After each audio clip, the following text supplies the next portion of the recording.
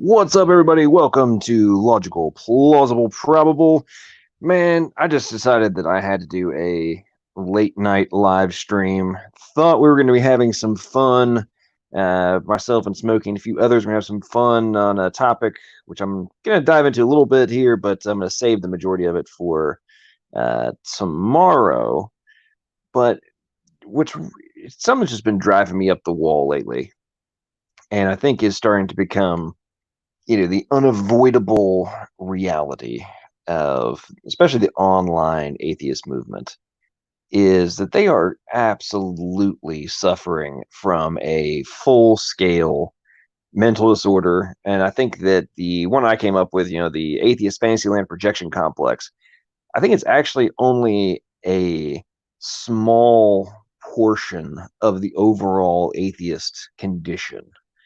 And when you really start to consider the positions that are being taken by the new atheist movement, where they just completely and utterly suspend all rational thought, all logic, all reasonable expectations of what constitutes reality, what constitutes evidence, and is the more rational conclusion, fulfills things like Occam's razor, for example, and then they do the exact opposite.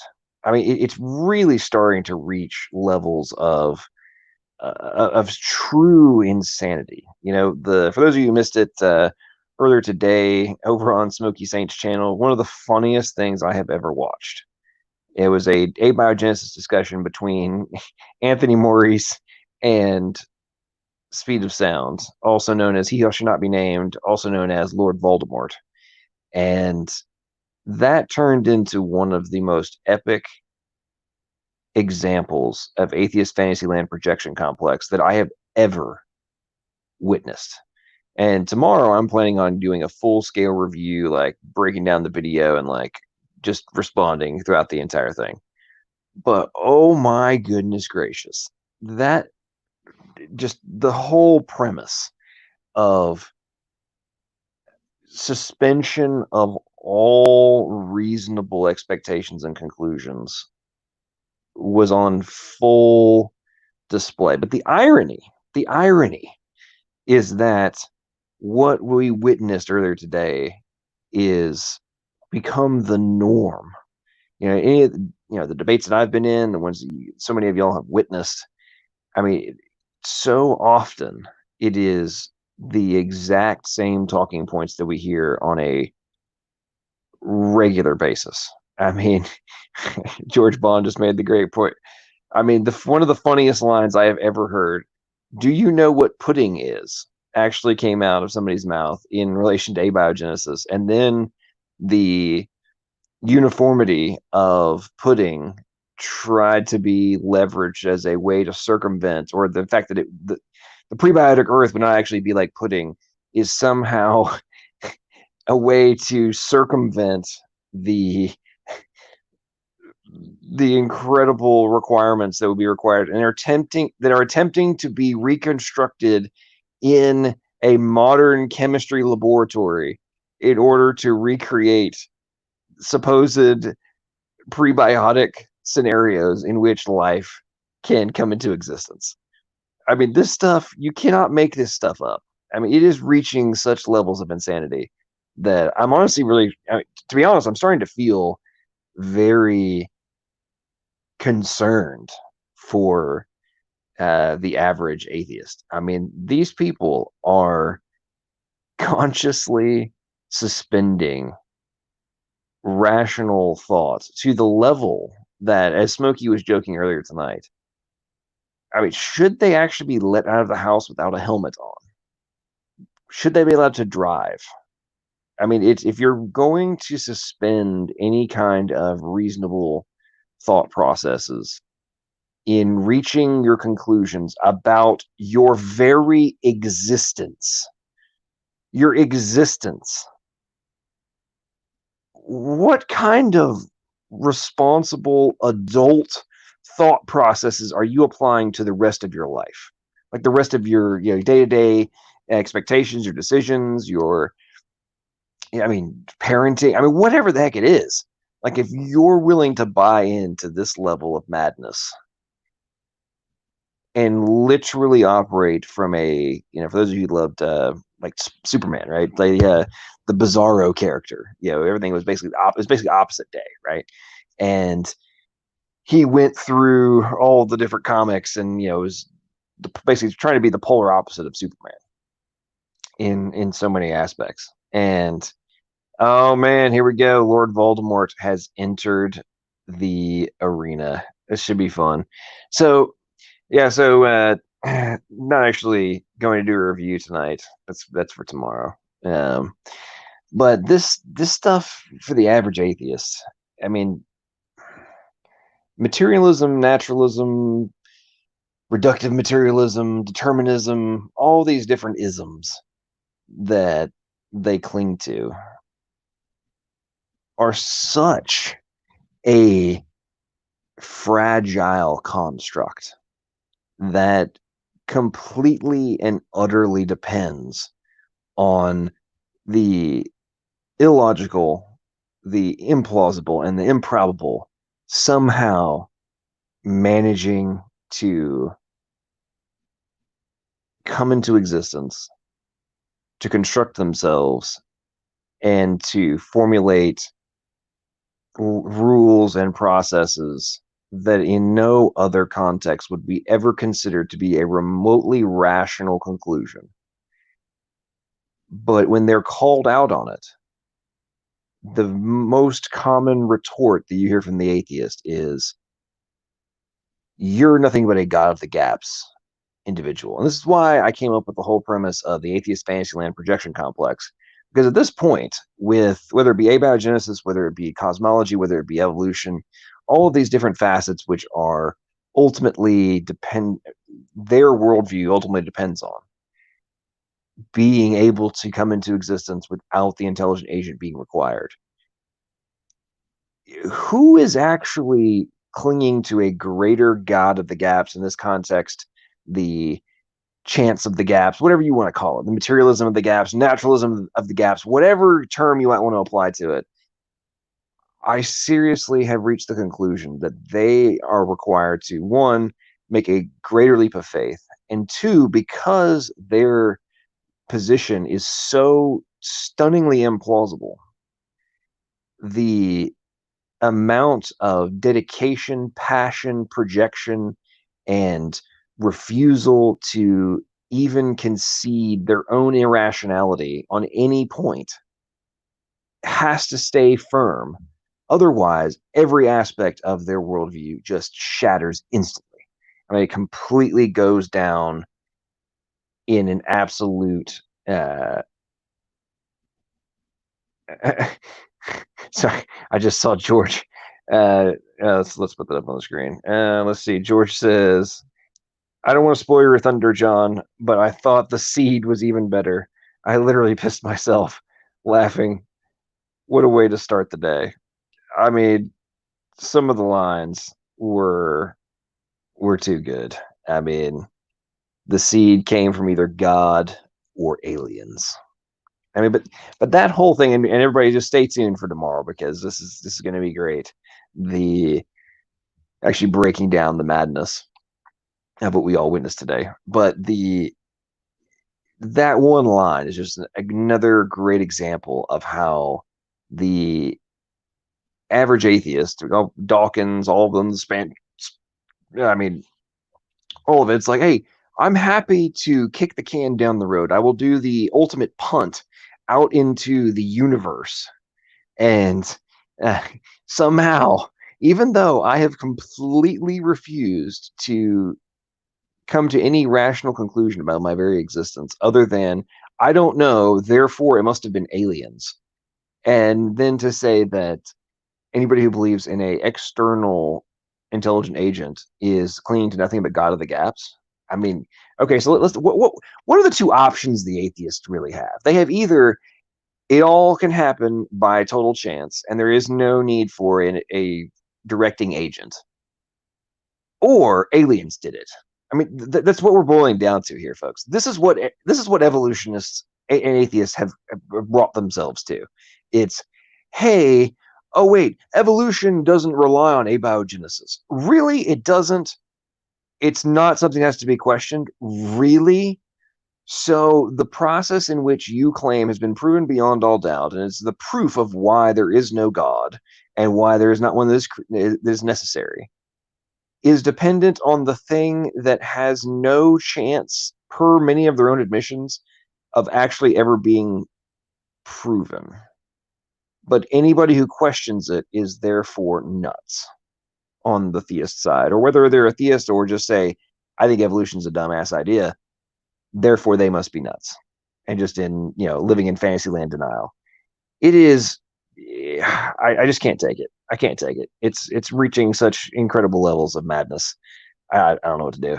Anybody who wants to come on and share their thoughts about atheism as a mental disorder and any experiences they've had with the atheist Fantasyland projection complex and the complete shutdown of critical thinking skills, the spikes in anger, the comments about either books or conversations they were not involved in but claim prove beyond all doubt their position, even if they don't actually know what was said in the argument that they're now leveraging. I mean, this stuff reaches extreme levels of madness.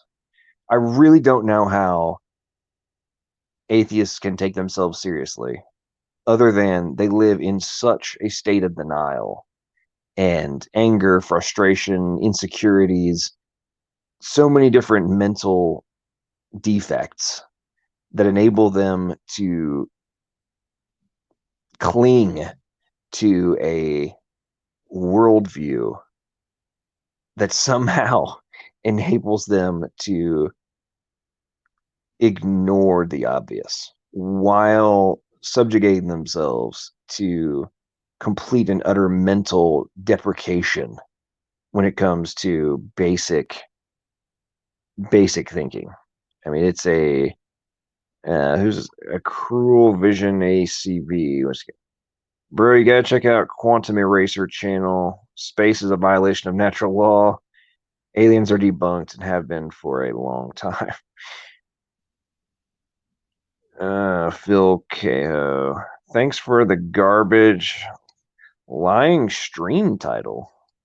Really shows what a judgmental jackhole you are. Unsubscribing. Phil Caho. Okay, Phil. What is lying about the title of this exactly? Pretty sure it's atheism is a mental disorder. Rational thought has left the building. So what have I been ranting about for the last 10 minutes other than how atheism is a mental disorder and rational thought has left the building? Okay. Congrats, Phil. You have just embodied what I'm talking about. So do you not have the ability to read? Like you have no reading comprehension? You're saying that my stream title is a lie when I'm literally, the words that are coming out of my mouth are literally expounding upon that concept. Was that like above your pay grade? Like, did you not grasp what I was saying there? Like what I meant? Is there some kind of confusion? I'm at a loss, buddy. Do you have anything to say in response to that? I mean, what are you trying to? I'm really not following you here, man. It's kind of atheists losing themselves.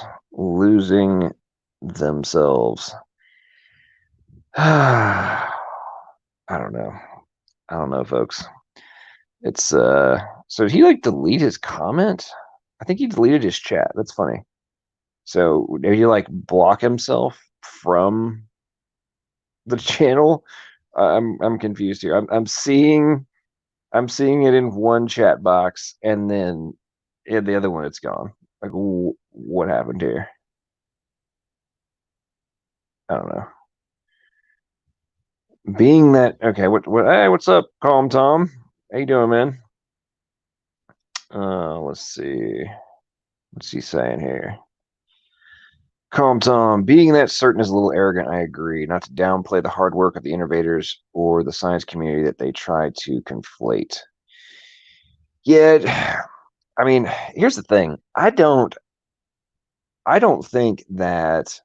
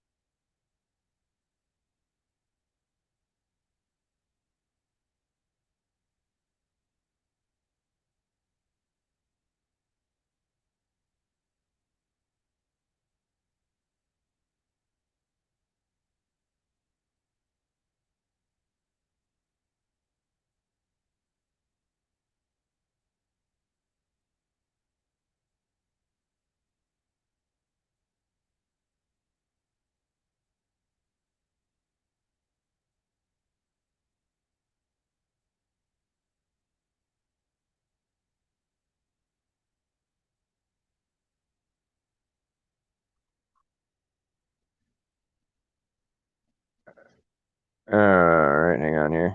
Is audio back, y'all? Let me know if it has come back. I'm not sure what happened there. Are we good?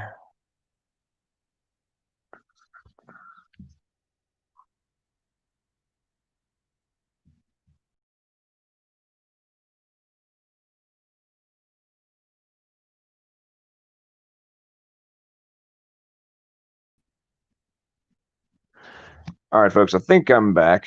Let me hopefully that will solve that problem. But anyway, so the little tangent I was going on was about the the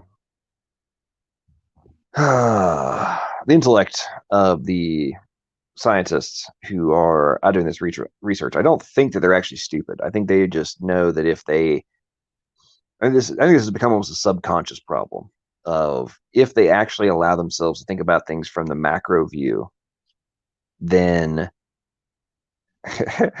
Coca Puffer, I think your audio source picked up a mutation. Well,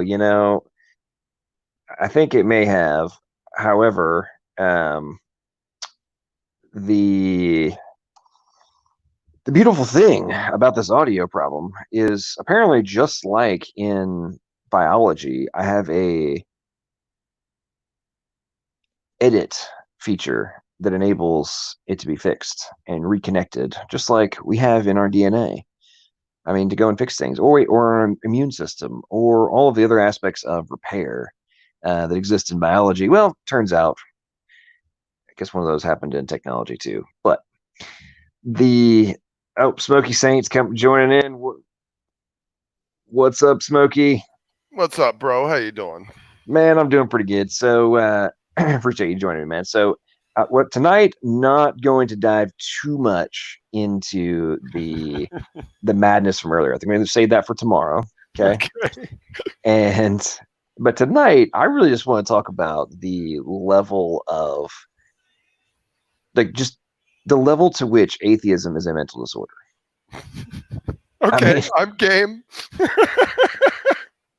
I mean, I can't take it, man. Like, just this crap that's happening and what we're witnessing and interacting with, and just the utter suspension of all rational thought is reaching new heights.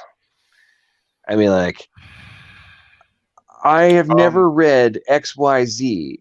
However, I know that you're wrong. I mean, in what other freaking scenario, if I walk up to you and be like, hey, man, listen, I'm an expert at insert industry, right? And then after I get called out on it, I'm like, oh, actually, I've never done a damn thing in my life, and I never even read a freaking book about how it works.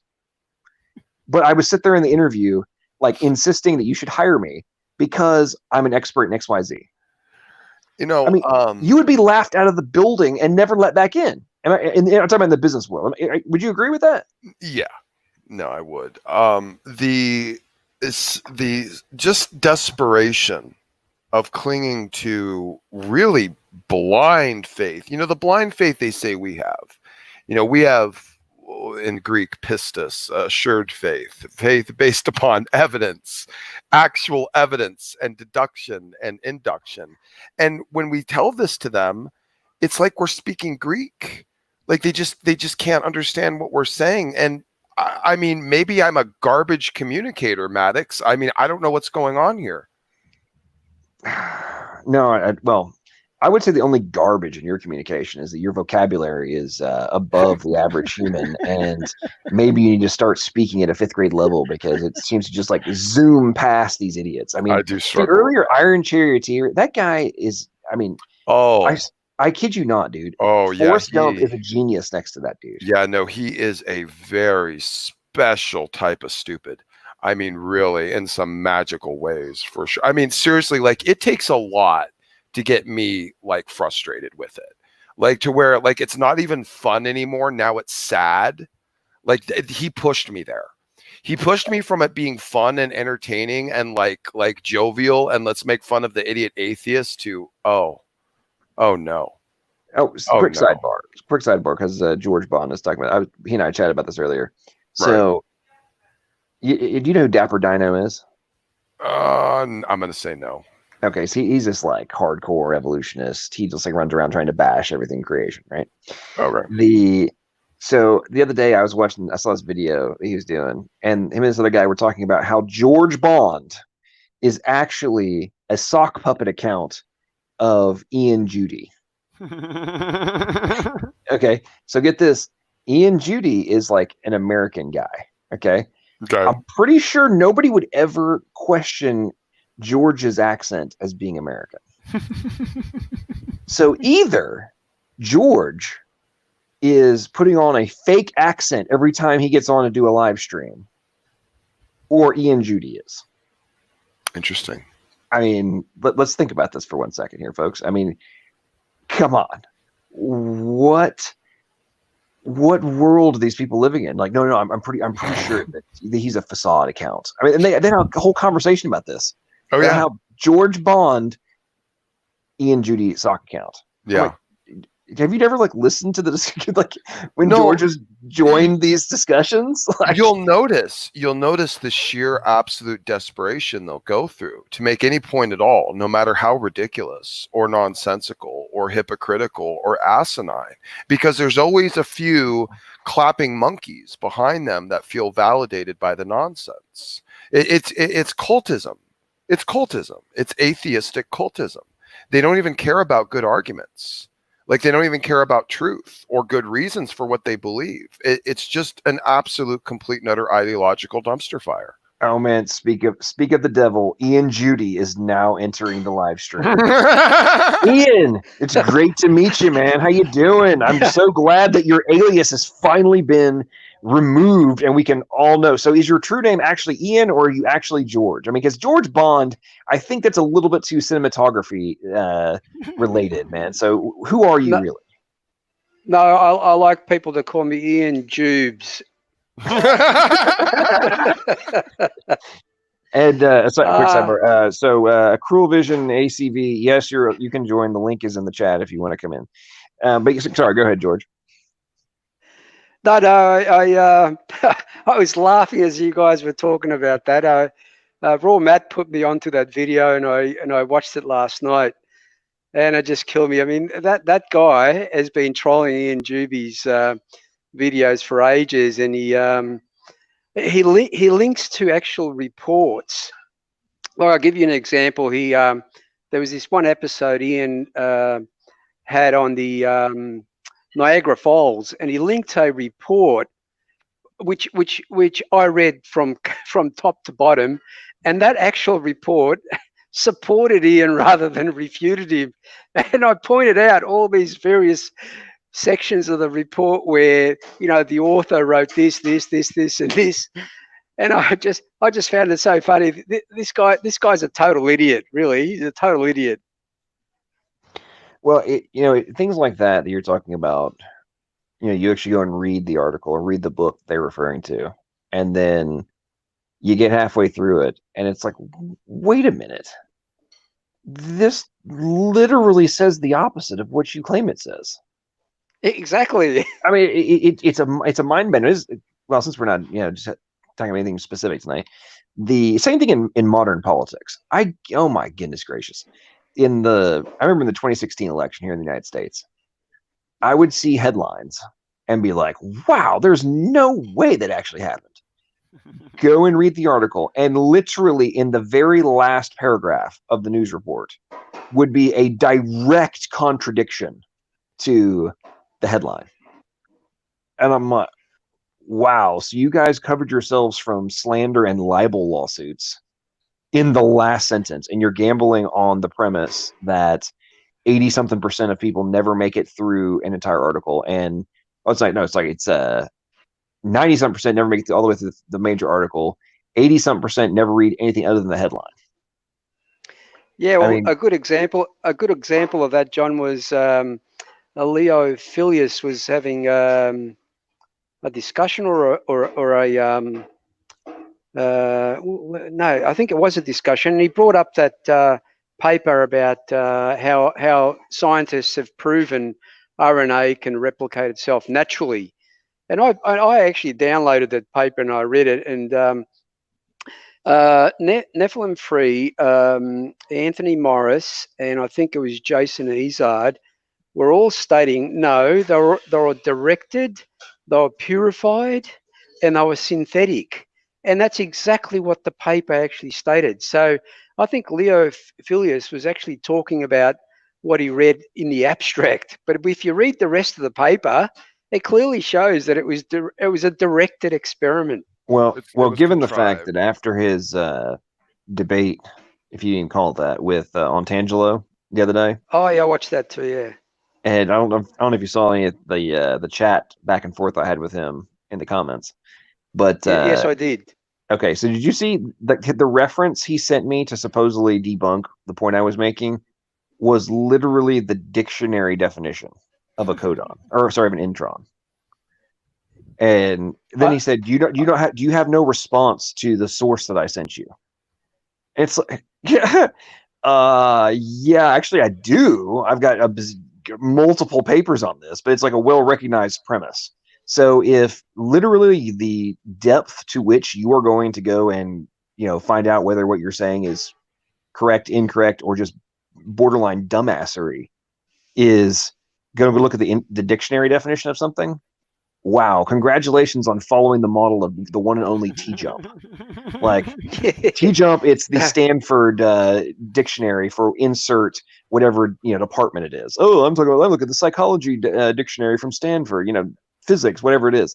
Oh, if this is what it says, there can be nothing else outside of what the dictionary definition says something is. I mean, correct me if I'm wrong, guys, but is that not one of the most superficially dumbass things you can ever do if you're going to make a firm argument and say, I know I'm 100% correct based on the freaking dictionary? Dictionary definitions are generally not always equivalent with philosophical definitions. Not just any philosophical, scientific, whatever it may be. Sorry, go ahead. Well, yeah, no, any of it. It can be pedantic. You can be kind of avoiding. Well, that's what T-Jump does, though.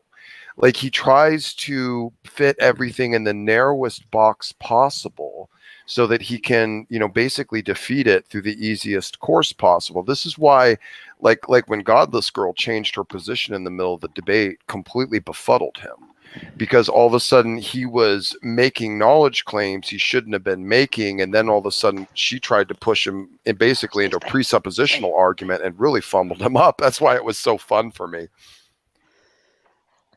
Well, back to this morning's discussion with Mike. I mean, I like Mike, but really the pudding example was silly. And when he brought up the seed, I literally pissed myself in bed. Really, I'm telling you. I had to let him finish. I had to let him finish it, like, just for the sake of being respectful. But it was so bad. And like, he even ends up going back. Like, he ends up backtracking. Like, well, then it was broccoli, then it was cabbage, and then we don't know. I'm like, yes, I know. That's what we're trying to talk about, Yeah. It is what it is, right? It is what it is. I really okay. So sidebar, any of y'all know who John Perry is? No.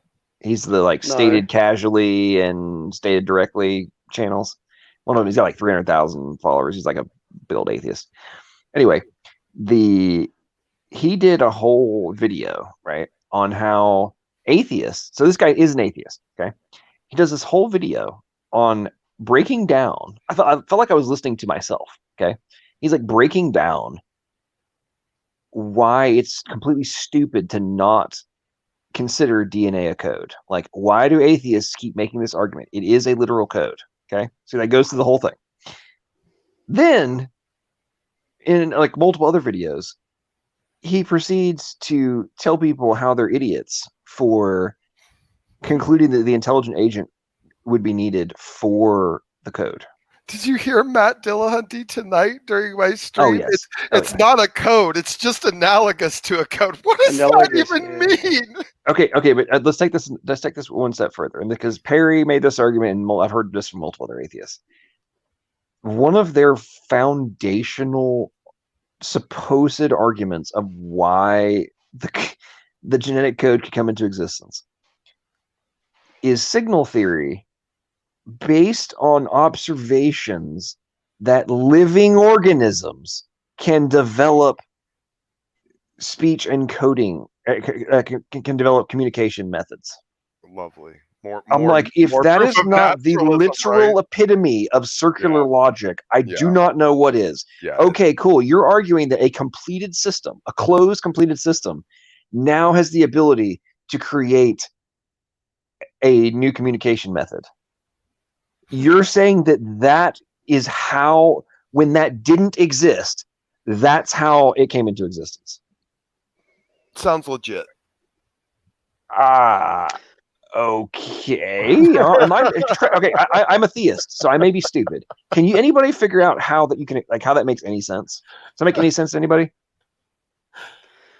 John, I'd like to know how long they're going to keep rejecting all this evidence. I mean, last night I was watching a video that Jason Izard sent me on, and I've never heard this before, pi RNAs, and how there's literally thousands and thousands of these pi RNAs, and they've shown that they actually regulate epigenetic changes, and how they could be the cause of cancers and all these other diseases. And how long are they going to just keep denying all this stuff? Hey, Maddox, can I share my screen? I found something interesting. Yep, hang on.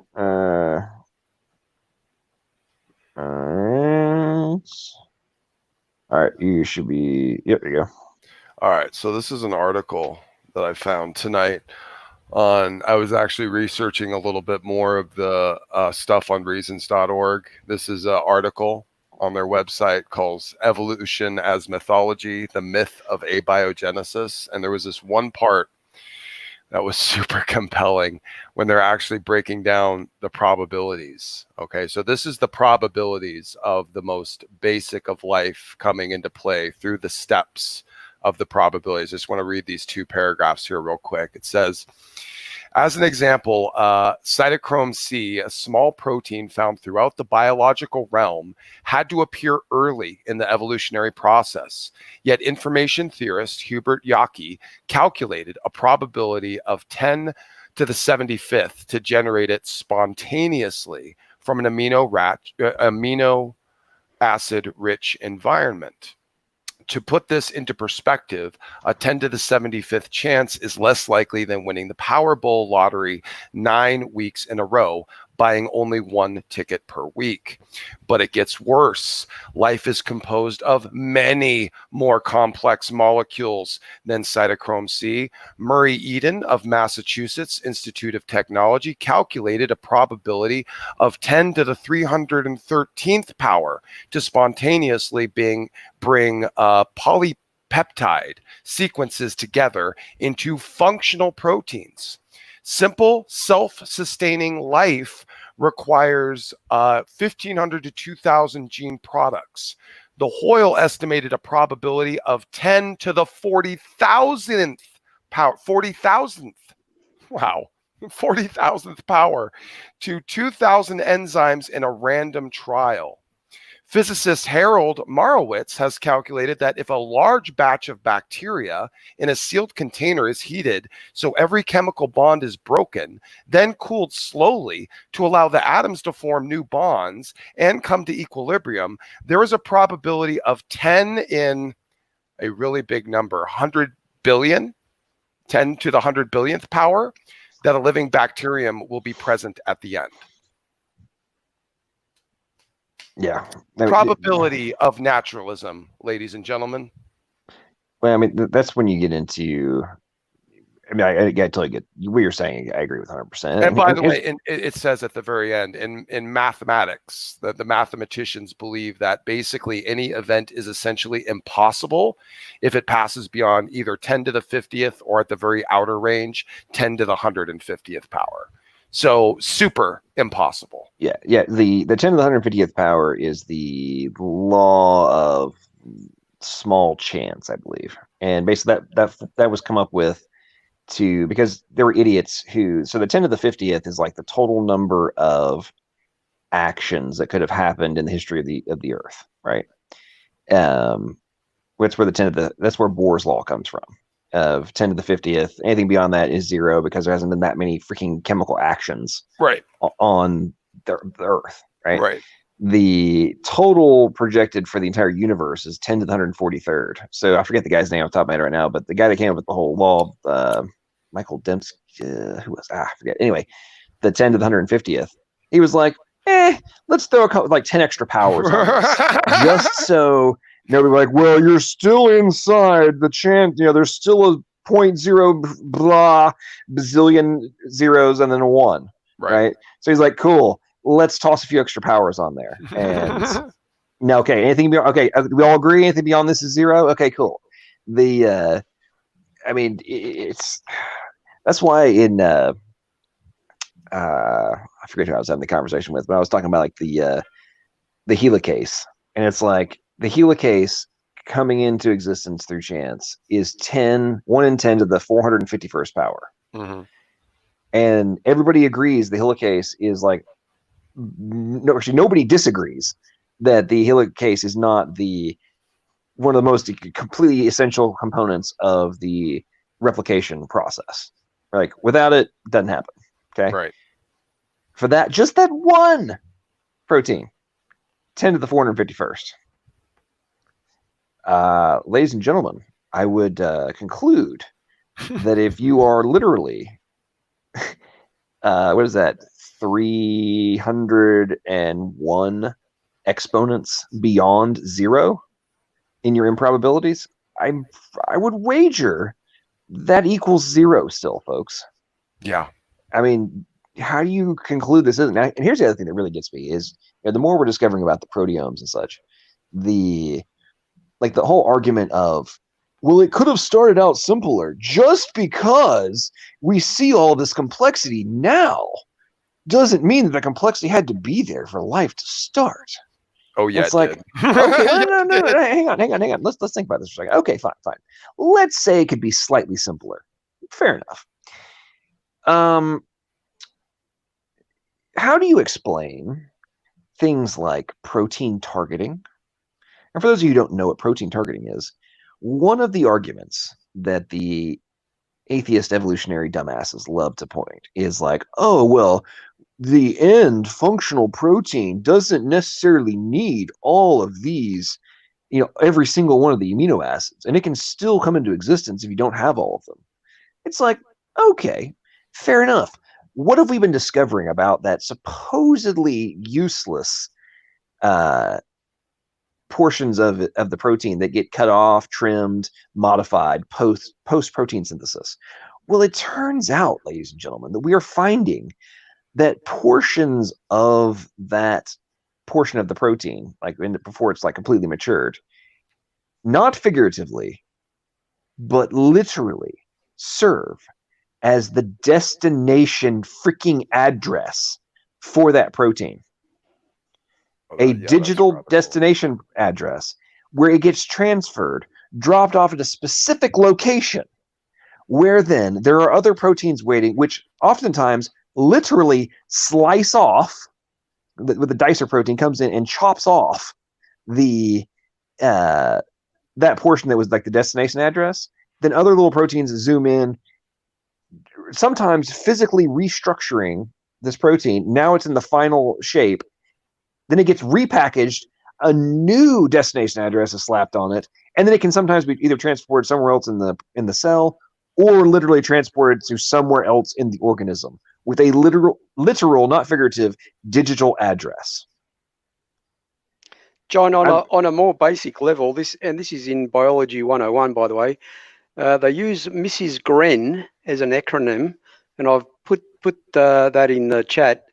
It's used to remember that all features of living organisms have, and that is movement, respiration, sensitivity, growth, reproduction, excretion, and nutrition. All of those have to be working for life to begin. All of them. So that's just on a basic level, without having to go into genetics of how proteins fold and DNA and all those sorts of things. Well, absolutely. I mean, and all those pieces that's a great acronym. All of those different functions that you're talking about. I mean, to your point, without even going into the complexity of what has to happen for all those things to happen, to actually be able to function. Exactly, yeah. You just have to think about this, like, just from a surface level, folks. Just think about this from the top level. That, to me, all of those different, assuming you have the ability to actually comprehend basic words and put two and two together, that obviously is descriptive of the different functions that are required for the system, the biological system, to exist. And I don't know too many systems that work unless they have all the parts to create the system. Otherwise, it's not a freaking system. I mean, that's relatively well established. I like Salkadova's analogy, where he calls it the Humpty Dumpty analogy. He goes, I'll give you a cell, I'm going to prick it with a pin and let all its guts come out. You now have all the ingredients for life. And he says, now put Humpty Dumpty back together again. Yeah. That's the impossibility of biogenesis. Even when you've got all the ingredients, you can't do it. No. Well, and that's what I was trying to sell to Speed earlier, is like, even if you do put it in a naturalistic paradigm to even produce the basic building blocks, it's all useless. It's lifeless tar. It's left and right-handed amino acids. You can't build anything with it. Well, speaking of the tar and all that stuff, but the Millerurey Experiment, for example, what most people don't know is, of those amino acids that produced, it was like 5%, by the way, of what was generated was actually amino acids. And actually, it was 3. I'm sorry, it was 3%. That's even better. And the I forget the exact percentage of it now. It's late, but from the chirality perspective, it did not solve the chirality problem at all. It actually just exemplified and showcased that the chirality problem would still exist. Like, hey, yeah, we generated this little puny percentage, and even those would still have the chirality problem. I mean, you just, and this goes back to the whole point of this, the top level premise of this stream tonight, of like, at what point do you, whether or not you want to believe in theism or not, is not the point that I'm making. But at what point do you suspend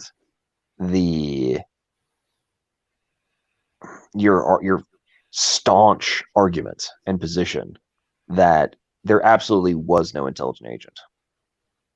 So sorry, John, I was actually wrong. What they actually made was 85% tar, 13% carbolic acid, which both are toxic to life, and only 2% amino acids. 2%. It's even lower, folks. Wow. It's lower, yeah. And Yeah. it's surrounded by a Yeah, bunch hey, of toxic garbage. So folks, what really happened is George and I we actually had a pre-strategized plan on this one. I was going to say the higher number, and then give him the opportunity to come back in and make it sound completely stupid. Actually, the real irony is that no, I was saying like 5%. I think I'd heard 5%. Okay, let's go with 5% because even 5% sounds nuts. But it actually turns out it's even more insane. I mean, but hey, you know what? That means that there was a 2% chance, folks. 2%. Oh, but they were all they were left and right-handed. 50% left, 50% right. What they actually did, John, was they actually simulated death, not life. It's actually 1%, and that 1% isn't even usable. It's the 1% is mixed with unusable components, surrounded by a bunch of toxic tar. Great. Awesome. Well, and, you know, one of the other things that really fascinates me about and actually, Lord Voldemort tried to make this argument earlier, about we don't know that they don't have to just be left or right. They could be a combination. I'm like, when I heard him say that, I'm like, man, I've heard that same talking point from so many atheists about abiogenesis. And to me, it just continues to showcase how these idiots don't actually go and read any of the papers on the subject. No, he's got a stack of books that he's busy not reading. Well, in his context, yes. But I'm talking about across the board, right? Because it is a known, accepted, it's a known premise that one of the reasons that we don't blow up literally from all of the chemical reactions that are happening in our bodies is because of chirality. Right. We would literally melt from overheating, and there's something about the chirality that literally overcomes and able to contain, and it's nuts. I'm not gonna know the details on that, but it's pretty crazy.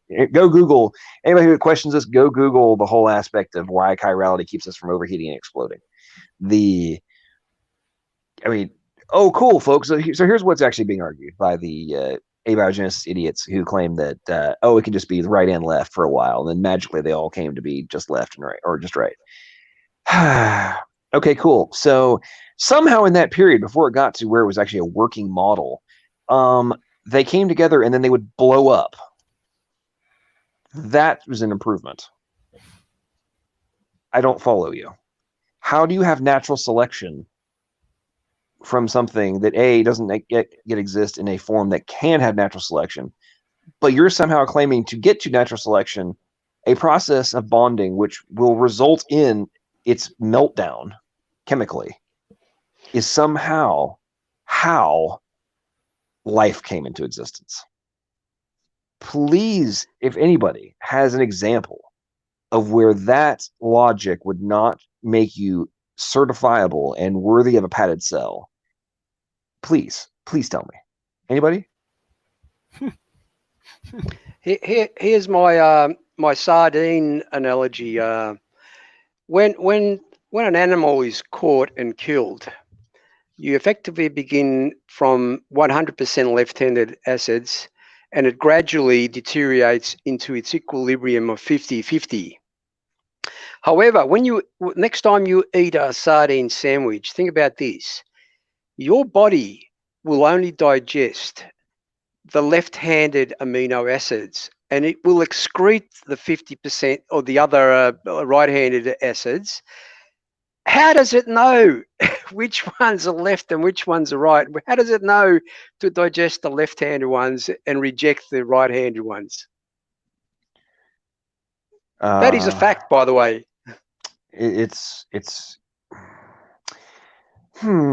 Well, I don't know, but it's natural. It's natural, yeah. Nature did it. Something. I mean, that must be the explanation. Oh, wait, actually, you know what, George? There is an underlying law of nature which we have not yet discovered, and just how it is what has enabled the improbability of abiogenesis to not actually be improbable. It also enables our bodies to know to not digest the right-handed ones. That's it. There's an underlying law of nature we're unaware of. That's how it is.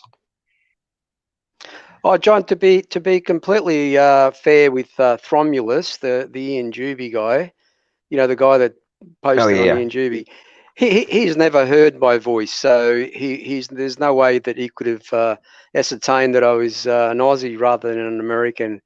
So that's, I guess I should have pointed that out. yeah. And But he's how do never you actually know he's heard never? me. How do you know he's never heard your voice? And more importantly, how do you know that Dapper Dino has not heard your voice? Oh, true. Yes. Okay. Fair enough. Yeah. The yeah, I now in fairness, I wouldn't be surprised if he actually hasn't heard your voice, but I think that would be more exemplifying the how a significant percentage of the atheists don't ever actually go and research their own BS talking points. In this context, George Bond equals Ian Judy, sock puppet. But I'm going to put this position forth. I'm going to act like it's probably true or very high probability of being true. I never actually went and researched it for myself. Faith. I mean, Yeah. Faith. I believe that they believe it. well, of course they do. I mean, it's you guys have heard my tangents about this before, but it's like, okay. And well, actually, I'm going to speak to this in Smokey in regards to the atheist experience show today, right? Oh God, that You was may have so heard me, but I've beautiful. gone on tangents about one of the tools that Seth Andrews referred to. Let me Google that for you. I've been using that thing for years. Okay, I used to use it in business all the time when like employees would ask me a dumb question. I would send them a "Let me Google that for you" link, and they very rapidly realized like I should Google this before I ask the question, right? And anyway, that same premise applies to all the philosophy, biology, physics, geology, whatever the topic is. It's like people, we have access to more information than any other time in human history. In what universe do you live in where you just buy into what you're told, number one, when in a very short period of time you can go and do some very basic research to at least find out initially if you're being completely BS'd or if that may be true or partially true or way off base, like any of those kind of things, right? It's like, and this applies to both sides in fairness, but it's like the atheists when they're literally being told they're being a dumbass don't go to try and figure out if they can justifiably retort and point out why the other person is wrong and also a bigger dumbass than them. I don't know about y'all, but when somebody talks crap to me like that, my instant gut reaction is to go and figure out, see if there's information that would enable me to just eviscerate them. You guys ever have that Of course, response? all the time. Yeah. Yeah. That would be the rational, logical steps, right? Like I'm gonna go find out why I'm correct Because I want to be on the side of truth. Right, and I also don't want to embarrass the hell out of myself. Right? No, you're 100% wrong. You don't know what you're talking about. And then you go Google it, and it's like, oh crap. He was 100% right. I told him he was wrong. Yeah, it's a wonderful moment. Right? I mean, I wonder. Let's subject talk about. Does atheism force a juvenile mindset? Because think about that. Like when you were young, you were much more likely to react emotionally and not with as much, reason and analysis of your position, right? And theoretically, as you get older, you're going to try to be more responsible and think in a more adult-like manner. So, what do you guys think about that? Do you think atheism sparks a return to juvenile ways of thinking? It does seem very immature and feelings based sometimes, which I think is why I start to get frustrated with it, because it's not erring on the side of logic, reason, rationality. It's just, nope, I don't want to believe this. And I get frustrated with that. I know they target the young people at school with all these propaganda about abiogenesis and the fossil record. There is no God, and they grow up thinking that. I mean, I was part of that generation, by the way, where I just didn't think a teacher would lie to me. Not that the teacher thought they were lying to me, but they were obviously taught the same thing. But when I grew up and I decided to do some research of my own, and I thought to myself, why would they have taught me all these lies if they had known they were lies, because some of those were already known as lies, like Haeckel's drawings, for example. Why would you, and the vestigial organs, why would you teach kids those kind of non-truths? I think they still even kind of push the vestigial organs today, don't they? Isn't that kind of still a thing in the books? Yeah, they do. Even though any doctor you speak to, they'll say, of course, there's no vestigial organs. Yeah, Well, they may not function. They may not function the way they once did. That's because of probably changes in diet, environmental pressures, a lot of the chemicals and preservatives we eat today. But there's still a function there. Absolutely. Well, I mean, it's just like the my mom actually made a good joke about this one time of all the people who push for like the appendix being a vestigial organ. Go have yours cut out. Yeah, the Kent Hovind, yeah, that's right. He says, oh, if you think your coccyx is not required, says, I will pay for it to be removed. Yeah, I mean, and here's the irony of that one: the coccyx actually serves as an anchor point for different ligaments and tendons that enable us to walk in a bipedal fashion. Without we couldn't walk. And to sit in comfort. Yep. I mean, there's a variety of uses for it. But it's like, okay, so you're going to argue there's no benefit, and it's just a leftover from a tail, but we couldn't walk without it. What the flying F is more beneficial than being able to walk in a bipedal manner? Exactly. Yeah. Isn't it one of the major points that they argue is from an evolutionary perspective, is like the breaking point between humans and apes? Isn't that the line of demarcation that they espouse? So you're saying that the thing that enables the line of demarcation, or one of the components that enables the line of demarcation, is not important and is okay.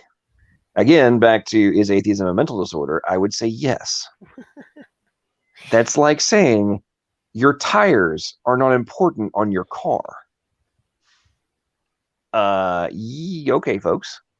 Is there a car on this planet, a normal car? I know there's some way you can come up with it. You freaking add like tank treads to your vehicle, and now you can go without wheels. But let's get real. In a normal scenario, is there a single car on this planet that could drive without wheels? Yeah, no. Of course not. Or maybe a hovercraft. See, I knew it right there, George. I said it. Somebody's going to come up with some way around it.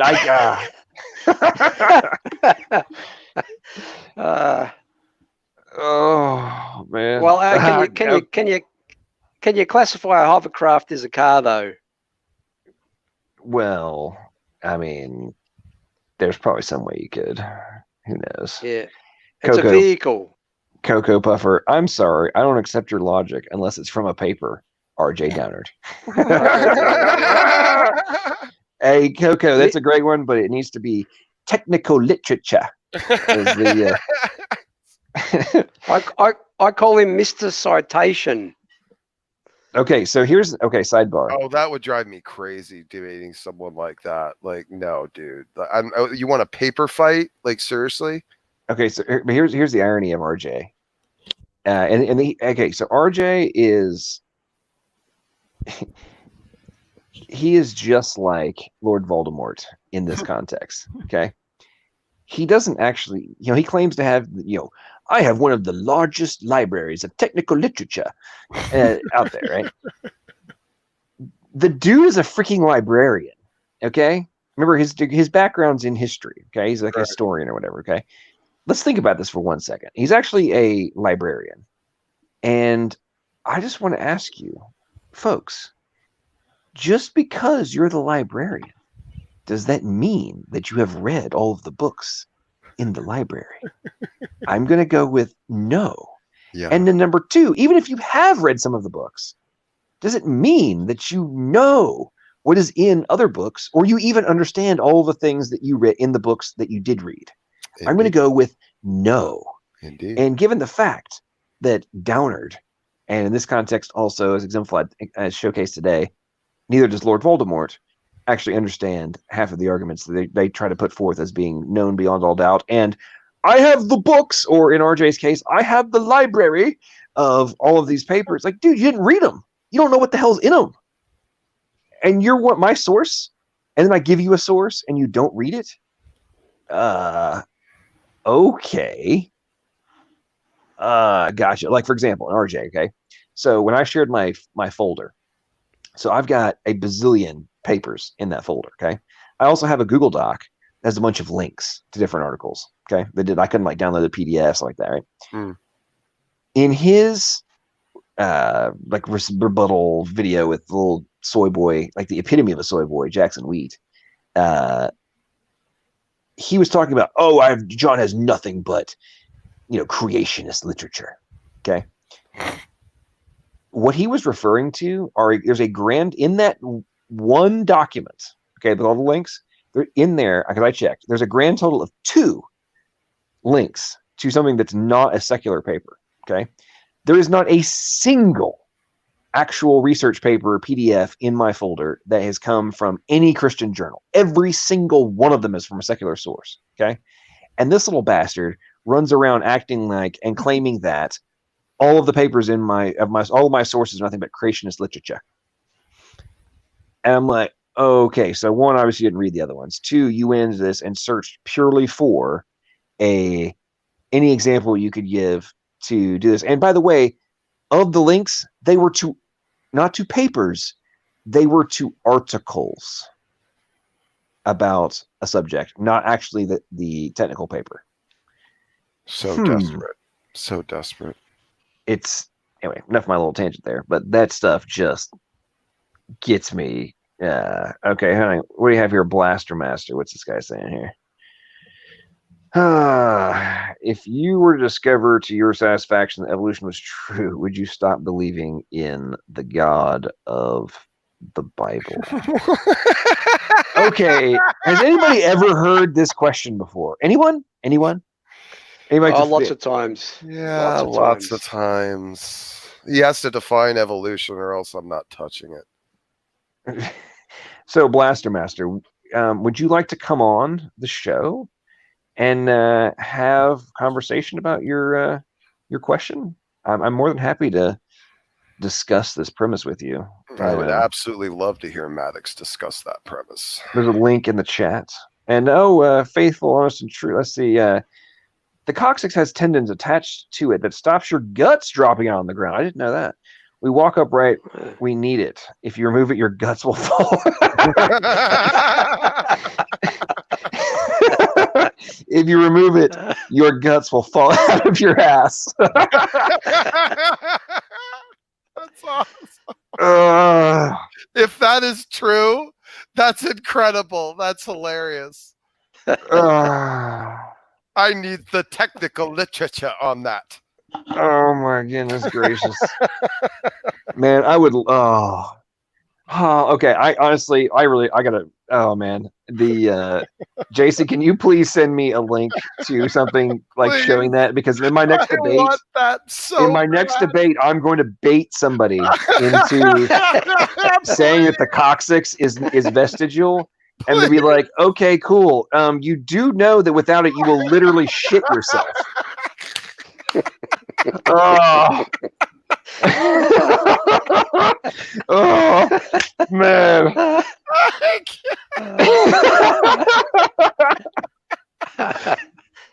Oh, that's so good. Oh, yes, I want to read that paper, please. Oh. Man, okay, so yeah. Which of the atheists in chat would have volunteered to have their coccyx removed?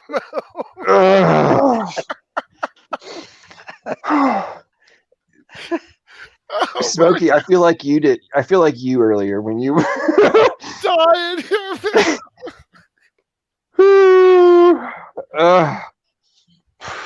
That's a Like I was begging people to not bring up speed during the stream or I was gonna lose it. Like, please don't. Okay. Man, the broccoli came from a seed.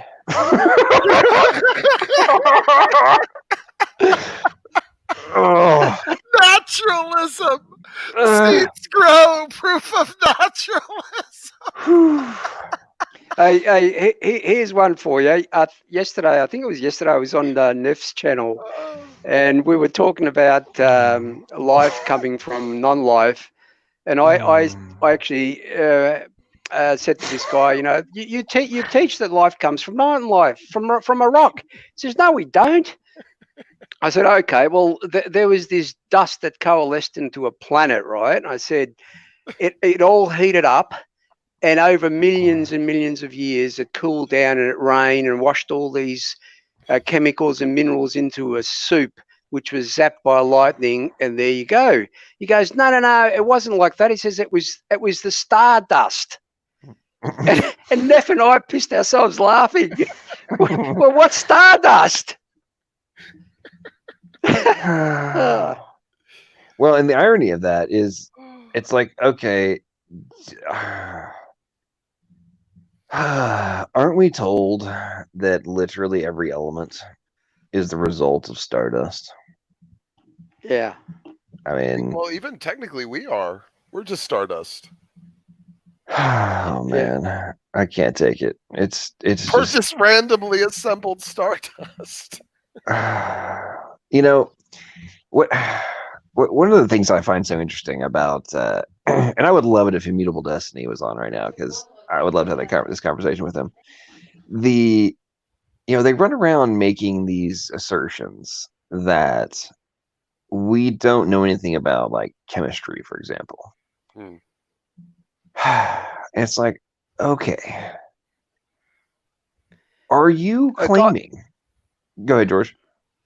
John, I was just going to say, I'm just going to have some lunch. I'm going to mute myself, but I'll still be listening to the show, okay? Okay. Thanks, George. Come back whenever you want, man. It's like, okay, you claim I don't know anything about it, but then you freely admit that XYZ couldn't just happen normally. You then conclude that what wouldn't happen normally did happen. Like, yeah. Wait, what? Sounds legit. Yeah.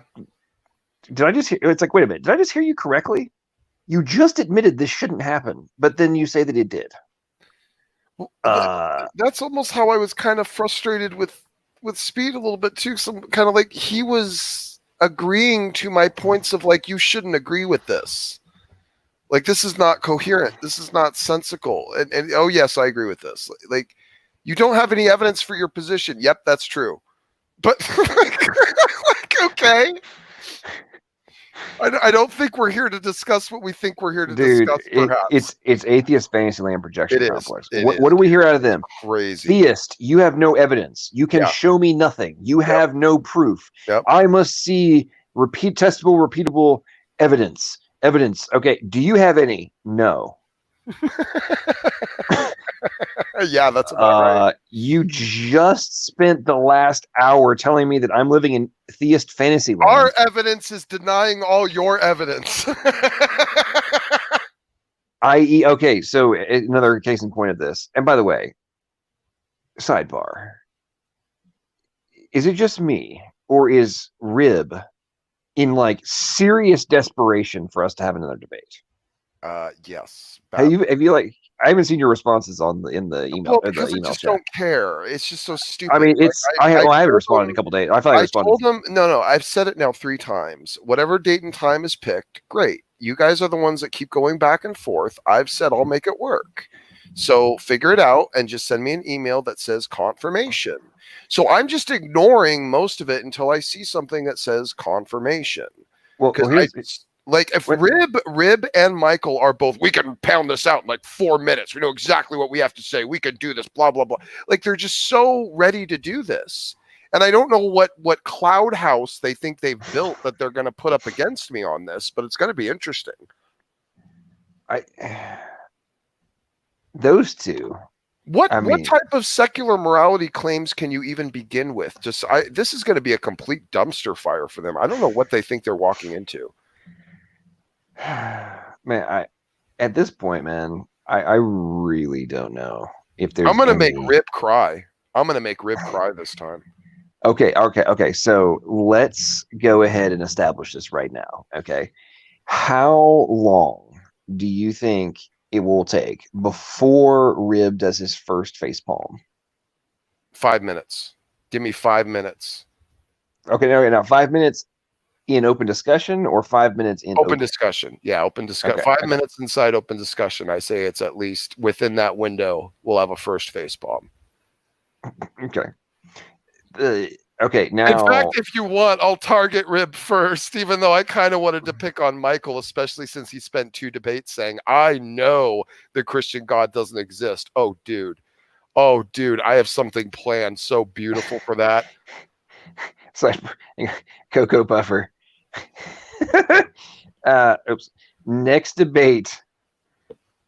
If you can work it in, we will super chat the coccyx question. Okay, that is a guaranteed. Dude, yes. Okay, dude, against Michael and Ribs, that would be a guaranteed facepalm. Yes, that would be. And you know what my response? You know what my response would be to Rib would be, man, you literally operate from the screen name of religion is bullshit. However, I just want to know if you think this vestigial organ is important, because if you don't, then I guess your pants are now full of your guts that you just shit out.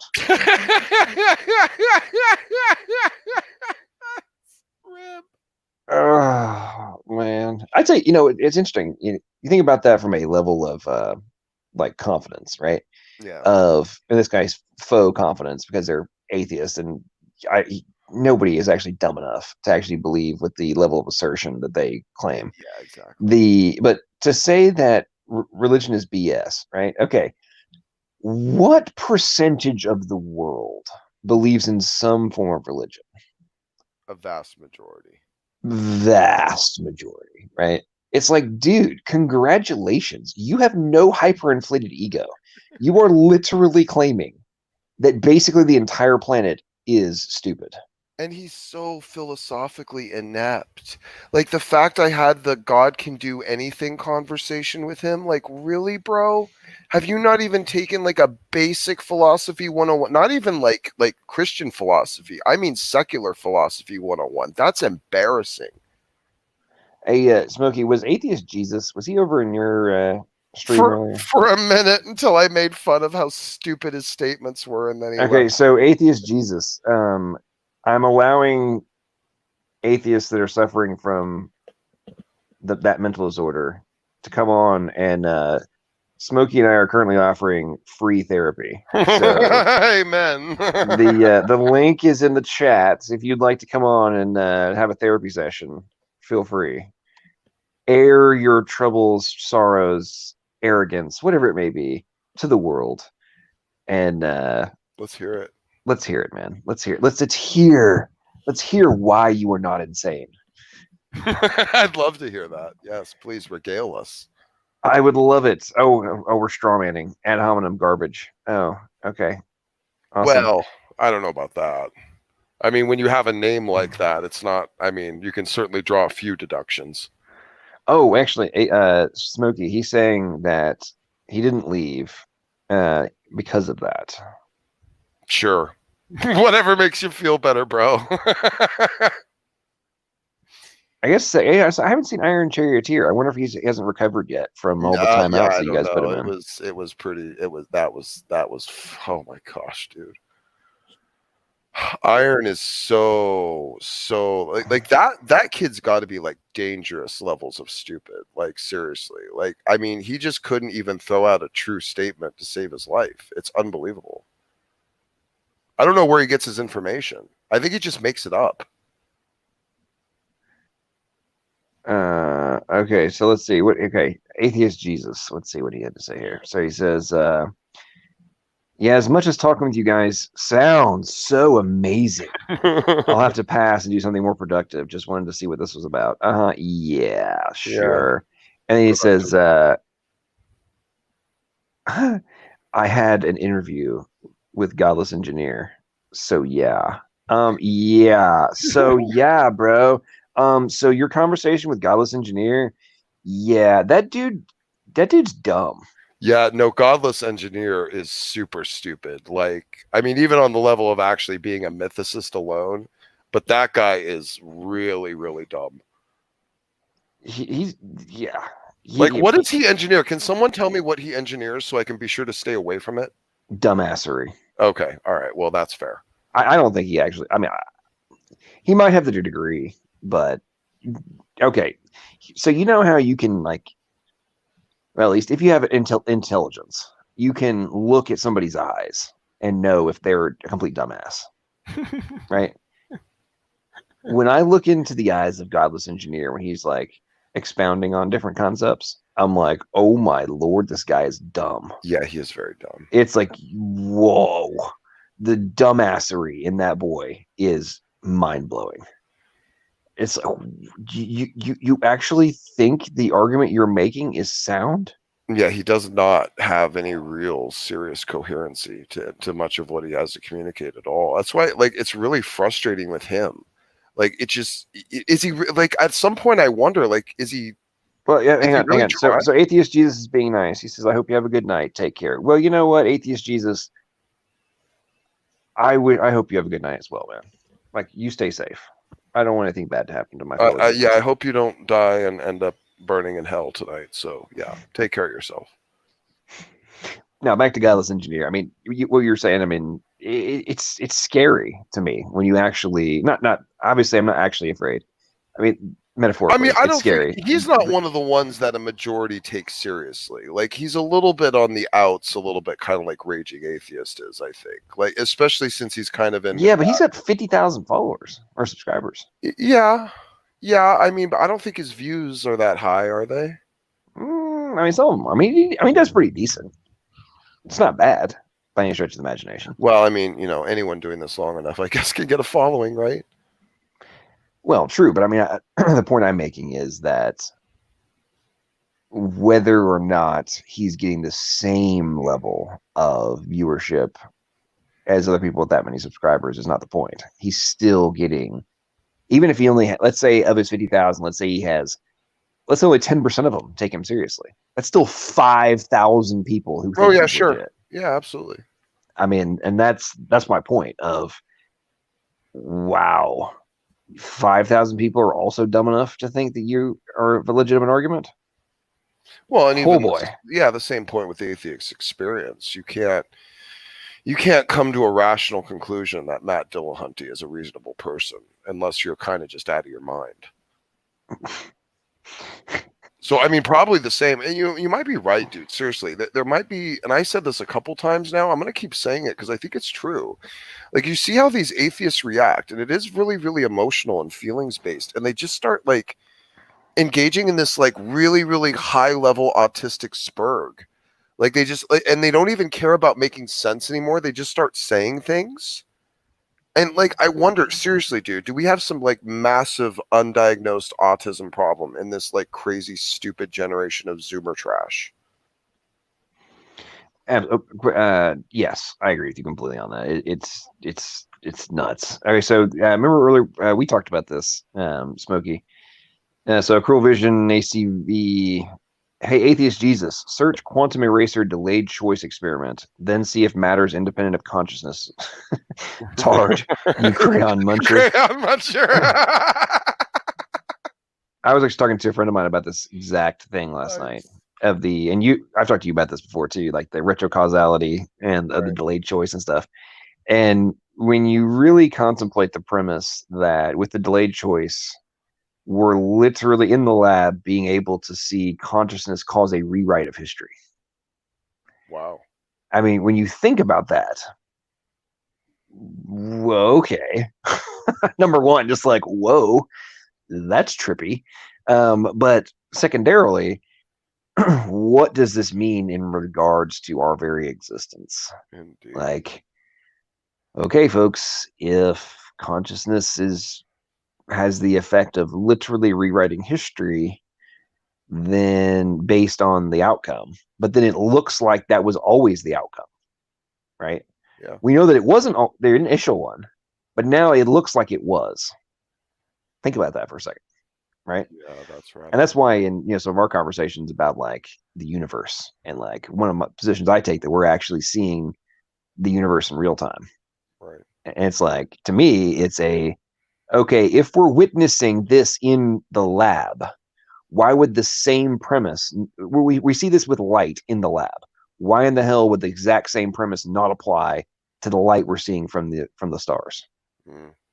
Yes, it went that far. Yes, we're seeing the pathway it would have taken, but it didn't. The pathway didn't exist until it was observed. That's fair. And to me, that gets trippy. I mean, it's very trippy to even contemplate. But that's why there's more of the non-staunch atheist quantum physicists and astrophysicists, theoretical physicists are starting to publicly state that the lines between the physical and the metaphysical have been completely blurred by what we're discovering in quantum mechanics. Absolutely. Quantum mechanics just doesn't make sense with the rest of physics. It's just kind of an animal on its own. Well, to me, it's one of the things that drives me up the wall about the whole premise, and this more from the biblical perspective, right? Of like Genesis 1. And God said, let there be X, right? Well, the atheists have such a hard time with this concept, right? Like, oh, how did your God do anything? Like, how, actually, Lord Voldemort was talking about this earlier today. Like, how did they come and like cause the chemical reactions, right? How many times have we heard that exact point? Yeah. Like, how did your God do it? Yep. Right. I'm like, okay. So if we know that consciousness can cause the formation of matter, why is it such a leap for the conscious observer to be able to form a specific structure of matter? Like, this is not a gigantic leap. We're literally working on ways to pull this off ourselves in the lab right now. So going back to you may, in your assuming you end up doing the debate on the Kalam coming up. Oh, it may or may not be the Kalam, by the way, because I mentioned in the email it's not really my favorite topic and it's been done to death. It might be switched over to some sort of validity of the Bible topic or something. I told them I'm not picky. I mean, I'll do whatever, even Kalam. It's just not my favorite. Right. The reason I was bringing it up was what's one of the foundational concepts of the Kalam, right? The external first cause. Anything that has a beginning, must have a cause. So, and that's basically the fundamental statement that gets you away from the infinite regress, because you claim that God doesn't have a first cause, because God is timeless, not infinite time, which the atheists try to falsify the Kalam by trying to force it into another linear time space. And then they create a series of infinite regresses in order to falsify it, but they're assuming that it's infinite time instead of no time. And that's where they make a huge philosophical error. So I would talk about it, I would debate it, but it's just so boring. Well, see, I agree with you in many aspects. You're right. It's been, I mean, heck, we've got a couple hundred years at this point of that argument being exactly gone back and forth. But in context of what we're talking about right now, one of the fundamental portions of the definition of God, right, is existing outside. Well, the theistic our God, right? Yeah, is existing outside of the space and time. Exactly. Right? And it's like, okay, and this is why I always make the point on, and God said, let there be X. And you can also change it to, and God thought, and it was so. Right? God observed, and it was so. And that, from a scientific perspective, based on what we are now discovering, that is not magic. Indeed. Yeah. complies with quantum mechanics. Like, let's think about that for a second. You guys go, because what do we constantly hear from the atheists? Oh, you guys are nothing but magic man in the clouds. It's like, no, man. I'm actually making an argument following the extrapolated logic of science that you claim is the only thing that can be trusted. Cool. I just extrapolated out that there must have been an agent outside that observed it into existence. Like, this is not a great leap of faith here. What's the point of calling it magic? I mean, you might as well call what the chemists are doing magic. I mean, if it makes it easier, say God built a laboratory. I mean, these are just splitting hairs with semantics for just desperation of defeating the argument. AP, atheists are just chance worshippers. Amen. That's a good one. I like that. I agree. In some of my original debates, I still occasionally toss it in my closing, like I'm an opening statement. Say something like, which is more reasonable? Those of us who conclude that we cannot exist without the intelligent agent, or those who believe that could all come into existence by undirected process? I wager it is the latter, except that, and while they claim that I espouse nothing but God of the gaps, I argue that they worship, or they kneel before the gods of chance and chaos. Because I agree. I mean, it is when you say chance worshipers, I agree. I mean, they've placed chance and chaos theory and all these different things on pedestals where they have become their idols. Agreed.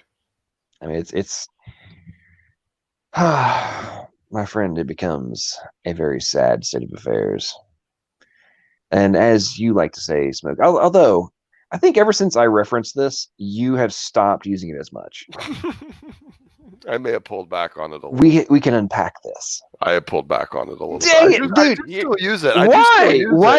It?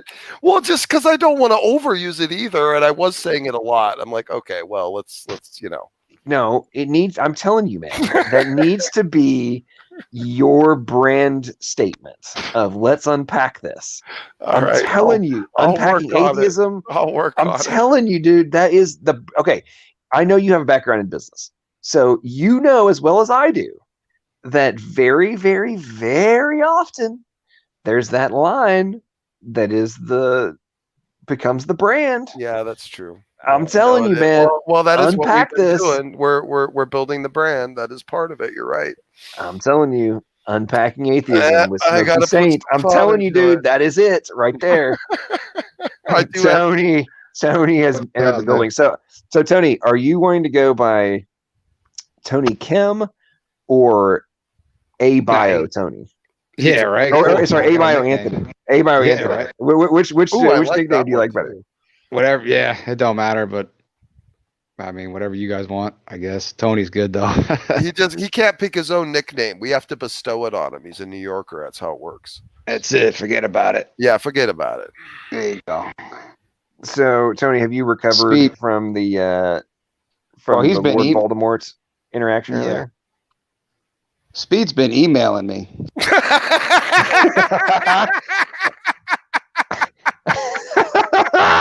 Okay, please share. Please share. What you go for it. Please give us some of this gold. I gotta hear some of it. Just give us a couple lines. What type of nonsense? Tony, did we lose you? Speed. I think we lost him. Oh, that's too bad. A Bio Anthony, come back, man. I gotta hear it. So please. Yeah, I'm here. Can you hear me? Yeah, I can hear you now. Yeah, he's going to have a stream tomorrow, so I'm waiting, what he has to say. But yeah. He emailed you to tell you he's having a stream tomorrow. Tomorrow at 2, yeah. I'm waiting for him to. He's gonna destroy us with a mutable. I'm sure a mutable will be there. But. Can't wait. This will be so good. Yeah, we'll do another. Yeah, go ahead. A cruel Should vision. we stream snipe it? Should we just stream snipe it and react and laugh? Should we just do it? We have to. I think we do. I think we just have to do it. Forget about it. That's it. I have that conversation. Oh no, I have that conversation with that guy tomorrow though at 2:00. Well, we'll 2 make o'clock okay. my time. Which guy? What's his name? Paul Ross. I don't know. I mean, I can ask him to move it. I can try to Oh, talk to him man. tomorrow and ask him to move it because this is kind of gold. I'd like to do this. I really want to do this. There's Like just so figure it out. badly. I I do have a debate tomorrow night too. So man. I tell you what, Huh. there is no like you cannot recreate the sheer absurdity of this Well, stuff, man. Yeah, he didn't have an argument, but his main objection was, well, we still don't know prebiotic conditions. So, well, gonna we go have with that in his debate idea. tomorrow. We have an idea, and we know that we Well- don't fall anywhere in that range. I know that. Well, Right. as AP is saying right now, chance of the gaps, atheism. Yes, exactly. but I asked him for his environment to what got life going, and we got no argument. Yep, nothing. I have no idea. However, yours is definitely false. Right. I mean, that's There you go. Exactly. I can't actually make an argument as to why yours is false. It just is. He can have any environment he wants. No oxygen, reducing, not reducing, amino acids, no amino acids. I mean, whatever you want, Speed, do it. Well, here's the thing for That's me. a good point, Tony. Give him I mean- everything he wants. Give him everything he wants with all the environment he wants. Everything needed to That's- happen. It still won't occur. And that's what James Tor says. So, Yeah. He just can't get it. And I couldn't even get him Nah. past the initial stage to even get him to that point. Like, dude, you have nothing but chicken and egg problems all the way down the road. What's your problem? right. Here's the thing. Here's the thing, guys. For me, here's what it boils down to for me is when you, on one side, you consider the just ludicrous improbabilities, right, of abiogenesis. That's on one side of the equation. Then you have to consider what we now observe as life, right, and the just sheer complexity. Yeah. And it's like, I don't really give two bovine dumps if you can figure out a way to make a self-replicating ribosome or sorry, RNA, right? I don't care. Ribonucleotide, yeah. It doesn't That's good. matter if you can pull that off in the lab because I'm sorry, there is not a chance. There is not a chance. Not without templates and sequencing machines and, There's no way. Well, I'm saying going beyond abiogenesis, right? Like when you look at life now, right? Then the sheer just insanity of the complexity. They argue that, oh well, it's been billions of years. Okay, cool. I give no Fs. Like, let's think about this logically for just a second, folks.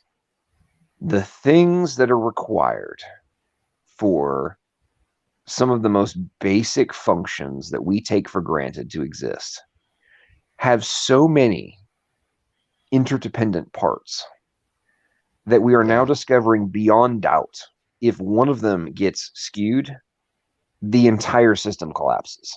Well, right, yeah, it all fails. Like we have cascade failure on one minor modification. But per their own models, in order for function A to become function B, you need a whole boatload of modifications, right? But in reality, for that new function to exist, all of those would have to have been executed simultaneously. Otherwise, you would have had a cascade failure, right? Yeah, that's what Fuzz Rauner was saying. So how do you remotely conclude that even if you can come up with an explanation like, oh, well, if all of these things happened at the same time, then cool, it happened. Like, really? Well, no kidding, folks. I mean, you're absolutely correct. If I manage to have everything magically organize itself in this particular order, then that's how it could have come into existence. Like, wow, what an amazing conclusion you guys have come to. I'm in awe of your genius. Speed's right, got a nice stack of books, though. He's got a big pile of books. Yeah, that he hasn't read. All right, who we got? Who we got coming in here? I don't believe this is Suleiman, and they're coming in to play music. Okay. It might have been that Zero person that tried to join me last night or something. There it was. It was the same picture, so I tried to get their mic to work, and they were having issues. I don't know. Let's unmute and see if they got their music turned off. Hello, welcome to the show. We got anything? I guess they're mad that we muted their music. Hello. Hello. Oh, it's that troll. Okay, it's that child's voice. Who? What's up? Say What? And let's go with ban from Steve. That's a little weird. Yeah, that's just a troll. What is That's an happening? atheist. What is happening right Yeah, now? that's just an atheist troll. Yeah, And they're currently. she was. Yeah, what a man, clown. you know, I haven't had this many laughs in a Yeah, live it's stream great. in a while. I'm getting some good entertainment about this. Dude, this has been a great week for content, man. This has just been stellar week. It's too good. You can't make this stuff up. Seriously. I tell you guys, man, truth is stranger than fiction. I swear, man. Like, it really is. Or actually, let's say atheism is stranger than fiction. Agreed. Man, it gets me. I tell you, the more I tell you this, the more scientific research papers that I read, the more my faith in the creator is cemented. Yeah. Like, okay, so sidebar. You guys know the we've all heard this from RJ Dennard a billion times, and Erica. Oh, reptiles to birds. It's been proven, man. Yeah. Okay. Scales can turn into feathers. Yeah, cool. Yeah, so what they did in that experiment was they like poured chemicals on the scale, and it like turned, like it barbed. And they're like, oh, this is like a feather. Okay, so that was like so that was like step one, right? Then they started figuring, like, looking at the actual genes that like control feathers and all this kind of stuff, and scales and whatnot. And but as a sidebar, did you guys know that there's 552 different genes that control feather creation? No. Incredible. Oh, I was like, well, okay, that's nuts, Wow. right? That is nuts. But it's like, oh, so these genes that are in the reptile, like, if all of these modifications were made, then they would be feather genes. Okay. Okay. So, and one of the things I'm trying to find out right now, I'll have to do more research into this. But what I really want to know is, okay, cool, guys, that's a freaking awesome hypothetical. I want to know how many modifications that is. Yeah, I would too. I'd like to know that too. Because there's a very strong probability. You're talking in the hundreds of thousands. Potentially more than that. Let's just say the low end. Let's say 100,000 modifications. And you're talking about a very, very short window of time for this evolutionary conversion. Like, Very short window of time. Very short window of time. Right. Very, very short window of time. And they have to happen basically at the same time. So it's like, not only in a narrow, you only have a narrow window to work with, and they basically have to say operate at the same time, or going back to the earlier point I made, cascade failure. Right? Yeah. Atheism is intellectually bankrupt. Yeah, it's too much problems with the anatomy. Stephen Meyer makes a similar argument with whales to cows moving on land, the blowhole, the breathing apparatus, the whole animal structure it doesn't work. Well, that's the crazy thing with the whale too. It went from sea Yeah. creature to land creature to sea creature. To sit right. You back know, and forth. like, I Yep. mean, seriously. Yeah. There was environmental pressure. Yeah, there's some environmental right. pressure for you. Okay, so the that stuff. Okay, I forget the guy's name. Oh man, who is that? The mathematician. John Lennox. No, No, not John Lennox. Oh crap. He's still an atheist, or like not a intelligent designer, but he's like just not against evolution. Brad Hoyle? He lives Brad in Hoyle? France. He lives in Paris. Oh, Berlinski. Yeah, David Berlinski. David Berlinski. Yeah, Okay. Berlinski. Yeah. Have you ever seen his interview where he talks about like what really made it, like the first reason he stepped away from evolution? He did the math on what would be required for like the number of just like known beyond all doubt modifications that would have to come into play for like a land animal or a sea animal to become a land animal. And he's like, at 50 million, I stopped counting. Yeah, it's a joke. And he's like, I'm not even calculating the probabilities. I'm talking about just the single modifications that have to happen. Right. In order, like this, the single differences, like anatomical differences that we're talking about. And it's like, yeah, I'm good. I'm done. Yeah. And it's like when you really start to contemplate these things beyond the pure surface hypothetical doctrinal positions that are taken by the atheists. It's like GTFO, bro. Like just stop trying to act like you're serious. There's nothing remotely rational about your position. This is hardcore faith. Hardcore faith. Blind faith. Yeah, the stuff they accuse us of. Well, AP made the great point of, they assume the cosmological constants. True. Laws of physics as a given. True. They are morons. Well, essentially, going back to our debate, Smokey, with our first one, with Michael, the Canadian atheist, and Rib, also known as Religion is BS. When you were talking about the cosmological constants, and you were just talking about the mass, the cosmic density, the cosmic density component. And what was his response? We were just fine-tuned for black holes. Yeah. And I said, no. If we just had 1 dime's worth of extra mass in the universe or greater, then we would be fine-tuned for black holes. He's just an idiot. Like, he didn't understand the point. Like, no, dude, it has to follow in this threshold. If it doesn't fall in this threshold, none of us are here. Well, and then he did proceed to try and use the watchmaker and puddle, and he just fumbled his way through that nonsense. Wasn't even worth it. I don't think I've ever heard a worse attempt at the watchmaker that was / puddle. That was it was really bad. It was really terrible. Like, he kind of just assumed he was just kind of assuming we knew what the argument was, and like he didn't have to finish it. Like, that's almost seemed like what he was doing. How did he present the watchmaker? Well, he just fumbled it out of ridiculousness. But it's like, you guys are kind of like you're in a place where everything's made of watches, and so you just look at it all and you think, oh, design or something. Like, it was just such a fumbled mess of what it should have been. It was so we didn't even address it. We're just like, you know what? We don't have to even worry about that. Yeah.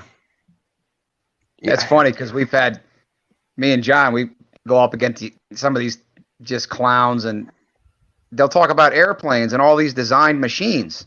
And then we're like, okay, well, the first, primitive airplane required an engineer. So, like, okay, so where are you going with that? One of the thought experiments I came up with a couple years ago was, okay, let's assume time travel is possible, right? If you went back in time and you stuck a small piece of iron next to a chunk of wood with an infinite amount of time and an infinite number of universes, is there any point in which you think it is remotely logical, plausible, or probable that somehow that piece of iron and that piece of wood would turn into a screwdriver? Oh, yeah, exactly. That's what I said with a sword. Would you ever get a sword? Or a sword or anything? And then you come back. Or anything. Now, if you did at some point find a location in which that it had turned into a screwdriver, what would be the logical conclusion? I'm assuming someone made it. Right. So, yeah, I mean, there'd have to be some sort of tinkering there. Right. Okay. Now let's take it a step further. Now you've got a small piece of iron, a piece of wood, and then a couple of even smaller pieces of iron. Do you think it is ever a remotely plausible conclusion that the screwdriver could form and then screws that fit the screwdriver would ever form? Yeah, all at once. No. Well, it's like, whether it's all at once or at all. The Yeah. point I'm making is it remotely plausible at all? No, Is not the logical. question. No. With an infinite amount of time and an infinite number of universes, do you ever think that a screwdriver and a screw would ever form itself?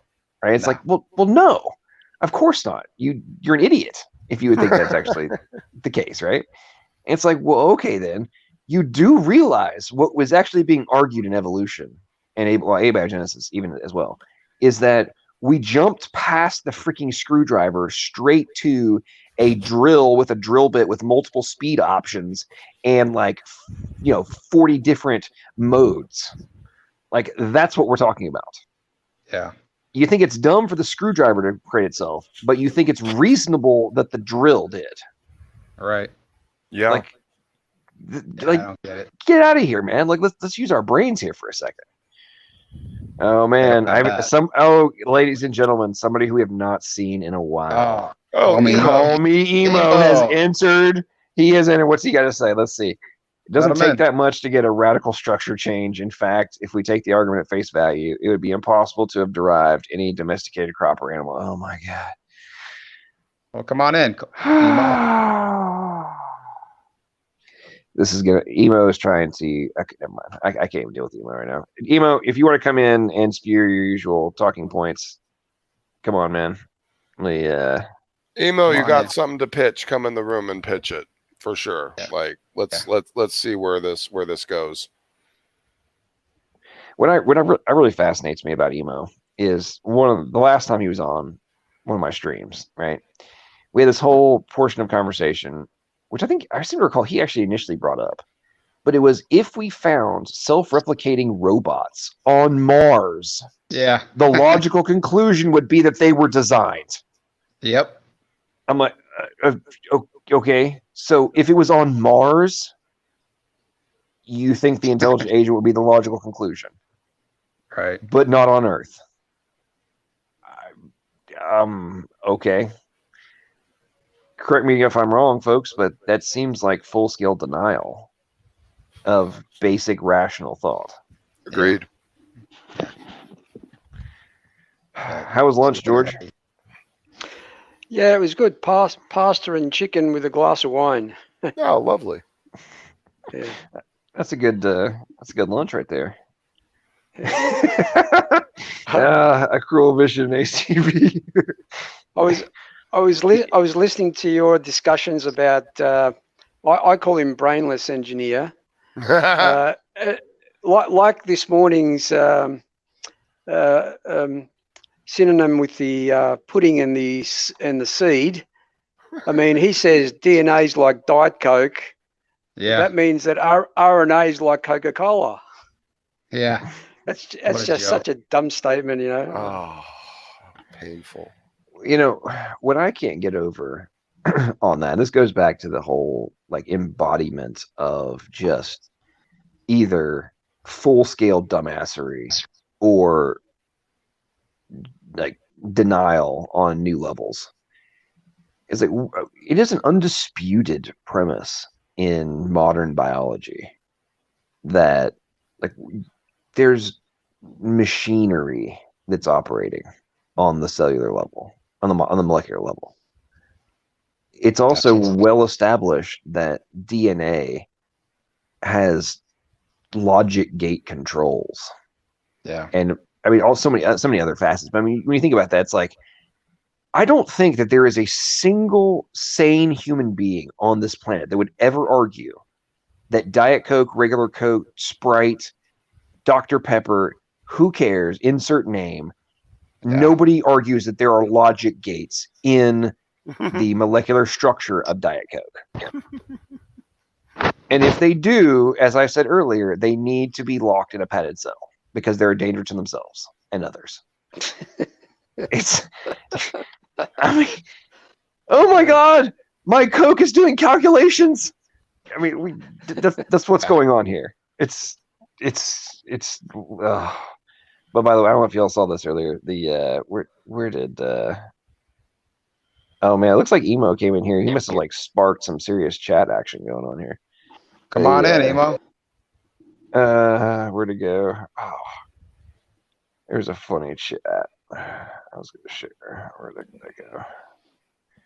You can tell Emo that our argument would be that naturalism didn't make it. So This is too good. Emo has those little baby arms that never evolved. He has nothing to pitch.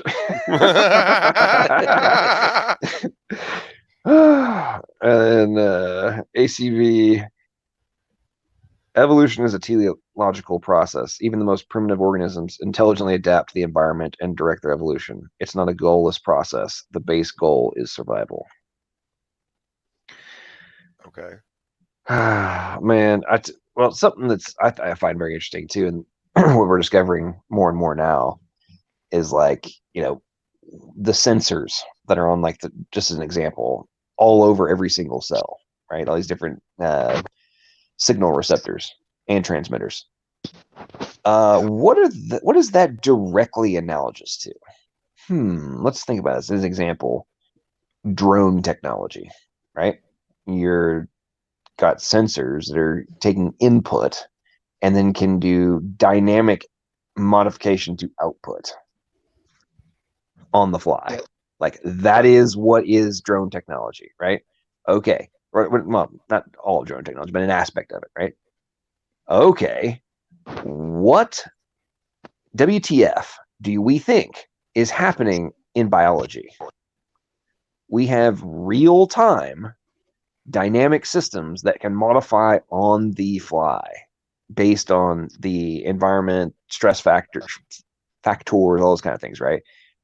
That, to me, that's dynamic. That's not static. That's not slow modifications over time. That's real-time modification. What is that? I mean, that's like, it's what we wish our artificial intelligence could be. Right. That's what we are trying to accomplish.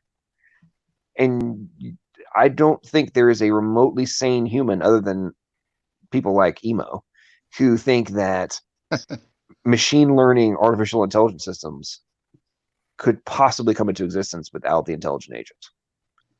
And Well, that's like, all atheists. Matt Delahunty too. DNA is just, it's not really a code. It's a code, but it's not really a code.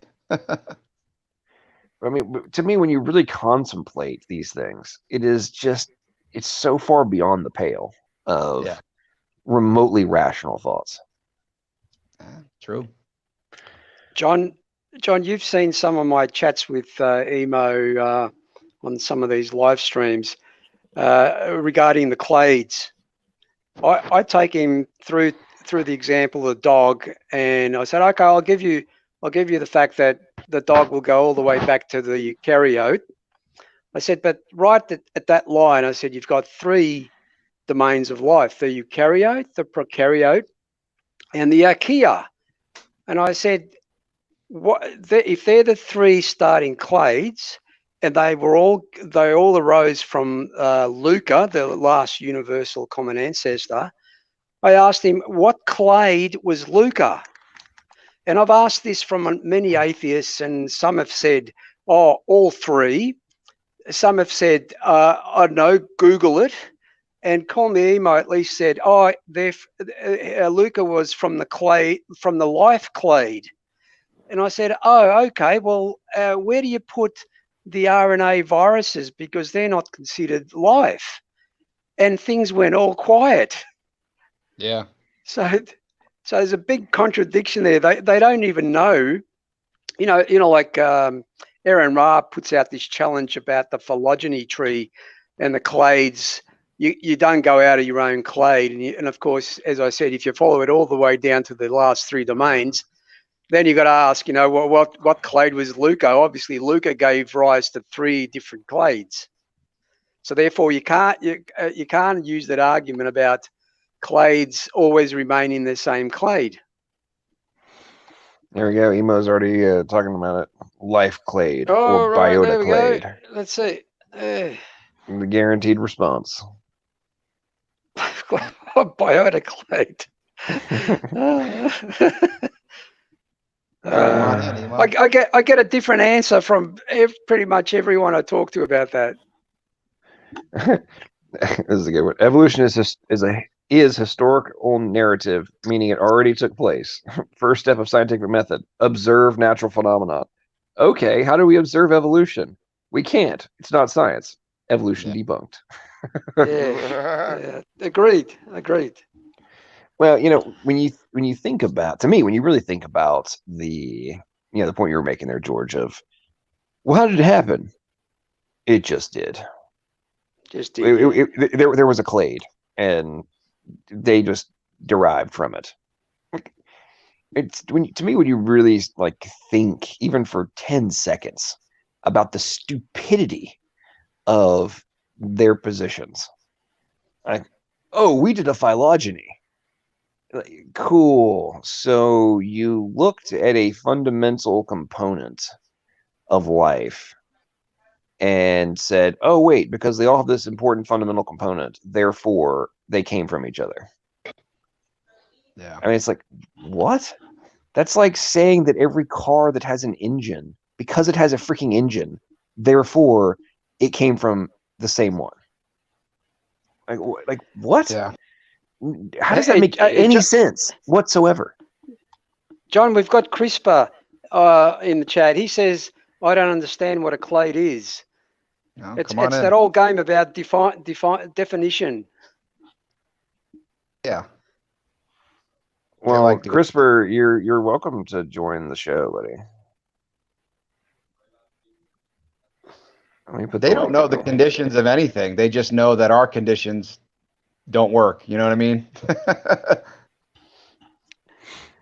Did you also know the evolutionists are now trying to dump the classification system, the Linnaeus classification system, and they're looking at I think it's called the philo code. I'm not sure what that is. I haven't seen any literature on it, but yeah, they're going to turf away the Linnaeus taxonomy way of classifying things for the philo code. Well, it's because the philo code and the taxonomy structures oftentimes conflict. I mean, on a very regular basis. That's why their homology arguments, which they also try to use in phylogeny phylogeny justifications, is often. I mean, they run into so many issues with it. Like, oh wait, it looks like this, but it doesn't match up. Crap. Oh well, we're running into a barrier. Therefore, let's change the goalposts. Yeah. I mean, it's they also cherry pick the criteria they use, John. I mean, I've often asked, why don't you use chromosome count as part of your criteria? Because things evolved. You claim that humans have got a fused chromosome. Why not use chromosome count for the rest of your tree? And they don't, because they fall into a heap. well, true, and to be honest, I really don't know how these people look at themselves in the mirror in the morning. To be honest, especially the ones that actually do a modicum of research. I mean, it's like, what level of brainwashing? Yeah, I mean, well, brainwashing, I agree. But what students. level of rewrite must you do of your discoveries every night when you get back home? It's like, man, I saw all this crazy stuff that completely eviscerates my worldview. They make it fit somehow. That's what they do. Well, that's why I say that. Sal says this all the time, but I'm convinced that evolutionary biologists are nothing but science fiction writers. Yeah, at this point. CRISPR is saying he knows some of the people behind the philo code. Okay, CRISPR, well, come on and explain the philo code to us, buddy. Yeah, I'd like to know. Yeah. Come on in, man. We're waiting. I mean, anytime, man. I mean, CRISPR, you've been talking mad trash for a month now. So the link is in the chat, buddy.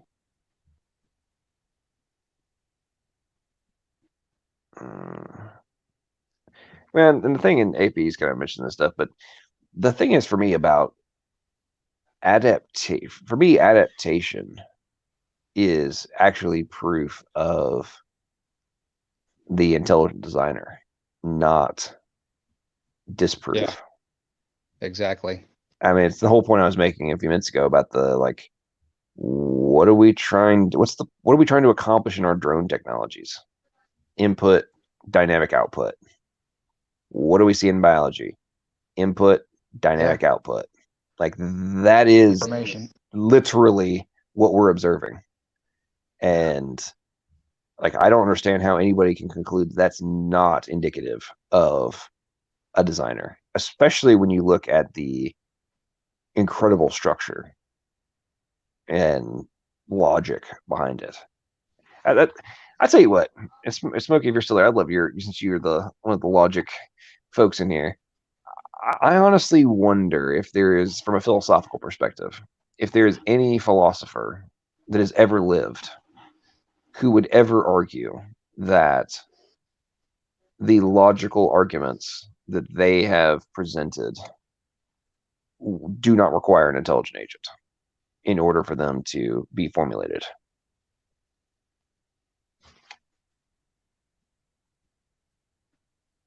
No, Smokey's on mute. No, Anyway, Johnny, if I can enter into that one, a lot of most of the adaptations that I know of require foresight, and I'll give you an example. The Italian wall lizard, for example, has a cecal valve. That cecal valve didn't become more pronounced until the environment had changed. Its normal food supply had changed. So there was foresight involved in there to allow that lizard to have a cecal valve in the event that its diet would have changed.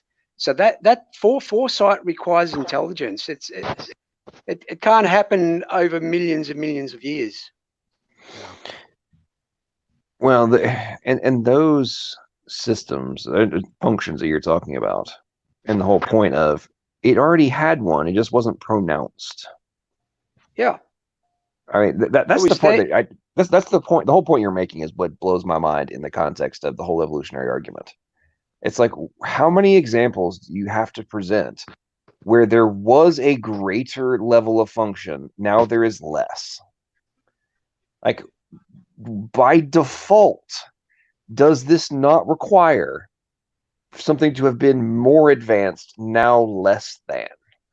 Right, in many of those aspects, right? Yeah, or of course, an example you're giving, it already existed. It was just, suppressed for an extent. But that still means that it already existed. Even the benefit that's now being expressed based on the environmental change was already in place. So there was it was an adaptation due to a if-then statement that enabled that function to already be accounted for, or the expression of a function that was already accounted for. I don't get it. It's George, what do you do professionally? Well, I'm retired at the moment, but I was an engineer, civil engineer. Okay. I got involved into structural engineering, computer science, and I finished off my career in asset management. At the time when I got into asset management, there was very little science behind it, and we literally, New Zealand and Australia literally created the first international asset management guidelines. Oh, wow. And there was very little software to look at managing assets, like bridges, your buildings, your roads, and whatever. So I became interested in it, but when I got into it, I realized that there weren't too many computer programs that did this stuff. And if you know about assets, you could have like hundreds and thousands of assets in your list, and you just can't do it on a piece of paper. So I began to write programs, in particular database programs like in Oracle and SQL Server, to actually take into account a lot of the conditions of these assets and determine their deterioration rates, put costs around the rectification of those failures and whatever, and prepare long-term 20-year capital works programs, which then went to the politicians so that they knew what kind of funding they had to require from one year to the next. So that's a brief history of what I've done. So that's actually very cool. So in line with that, as you were creating both the logic flow and the architecture of those systems, you had to have a variety of things, but one of which was a knowledge base of the likely deprecation rates of those assets, in terms of prior to you creating the formulas and the functions that you now are expressing through Oracle and SQL to calculate the data, the probability outcomes. Is that there was more to it than that, but is that like from an overview perspective, those were some of the fundamentals you had to account for? Is that right? Correct, John. And we I mean, you probably know a bit about it, but I'll give you an example. Like the deterioration curve of the asset is fairly similar to all assets. And what you do is you write a subroutine that literally brings in the criteria, the condition criteria from various assets, and you actually then determine its condition. And that subroutine is used in all different asset types. It goes back to, how the atheists will use the similarity in the DNA as evidence for a common ancestor. Well, no, in terms of a intelligent designer, like I did, was I created one subroutine that actually calculated the condition of all those assets for all different asset types. I didn't have to create an actual subroutine for every different asset type. Right. Well, and that's one of the arguments I make all the time, and it drives me up the wall when to folks like you and me, that concept is so basic of a why in the heck would you not do it that way, right? Yeah, and especially now, I mean, as you know, I'm sure think about it, heck, even 15 years ago, 10 years ago in some aspects, what developers now take for granted in terms of the API libraries that are out there and the function scripts libraries, the GitHub assets, libraries of the world, right? When you really think about how not that long ago, the vast majority of new systems had to be written completely from scratch. And unless you were the developer who had written similar asset functions in the past, you had to write every single line of code from scratch, right? And then the different frameworks started to be developed, so you didn't have to do everything from the beginning. And then different core functions that would work inside of those frameworks were developed, basic login functions and all those kind of things. And then from on the web world, you've got the content management systems that were created, and all of those expanded over time. And now you've got drag and drop software creators, both for like a website as well as many of like the web applications, right? I mean, you can, in mobile apps now, you can drag and drop a whole boatload of pretty complex functions these days, and presto, you now have a ready to go system. But I'm sure you can speak to full well, that was not how it was not that long ago, right? No, well, as I said, I had to become inventive when spreadsheets first came about. As a structural engineer, the actual process of designing say, a steel beam is fairly synonymous to a lot of other materials as well. And it's a step-by-step process that you first begin by calculating the loading on that particular beam. You determine the dead loads, the live loads, any wind loads or earthquake loads, etc. And then you go through the process of determining the stresses in those beams. And then you look up tables, like safe load tables from, say, steel manufacturers for various slenderness ratios. And you then pick the size to ensure that that beam will actually be able to take that stress and you're not overstressing it. So what I did after doing like a couple of hundred of these, I thought to myself, this is ridiculous. I created a spreadsheet where I put all these safe load tables into different sheets in the spreadsheet. All I did was then calculate the loading, and had it automatically calculated the stress, because the stresses are based on specific formulas we used in engineering. And then it looked up the tables, whether I chose a steel beam or a timber beam or a concrete beam, and we'd look up the tables, make sure that the stresses that I calculated were not overloaded by a certain beam, and then it would select that beam for me. Now, John, the point I'm making here is a lot of those safe load tables, if you look at them, you'll probably never ever use. But the thing is, it's analogous to this junk DNA stuff. Just because it's there and it's not being used doesn't mean it doesn't have a use. There may have been a particular, a loading combination that would have required the use of one of those beams that I hadn't used specifically in all my calculations. Because really, I was only doing structural design for buildings like double-story houses, factories, warehouses, and that kind of stuff. But when you get into multi-story buildings, then you get into a different story altogether. So that's an analogy that I'll make in terms of this junk DNA paradigm. I mean, just because there's something there doesn't mean it's not necessary. You're right, and so many of the things that we're now learning. I was actually reading some interesting papers on this yesterday, actually, that so many of until extremely recently, like within the last 5 years, we were not actually being able to observe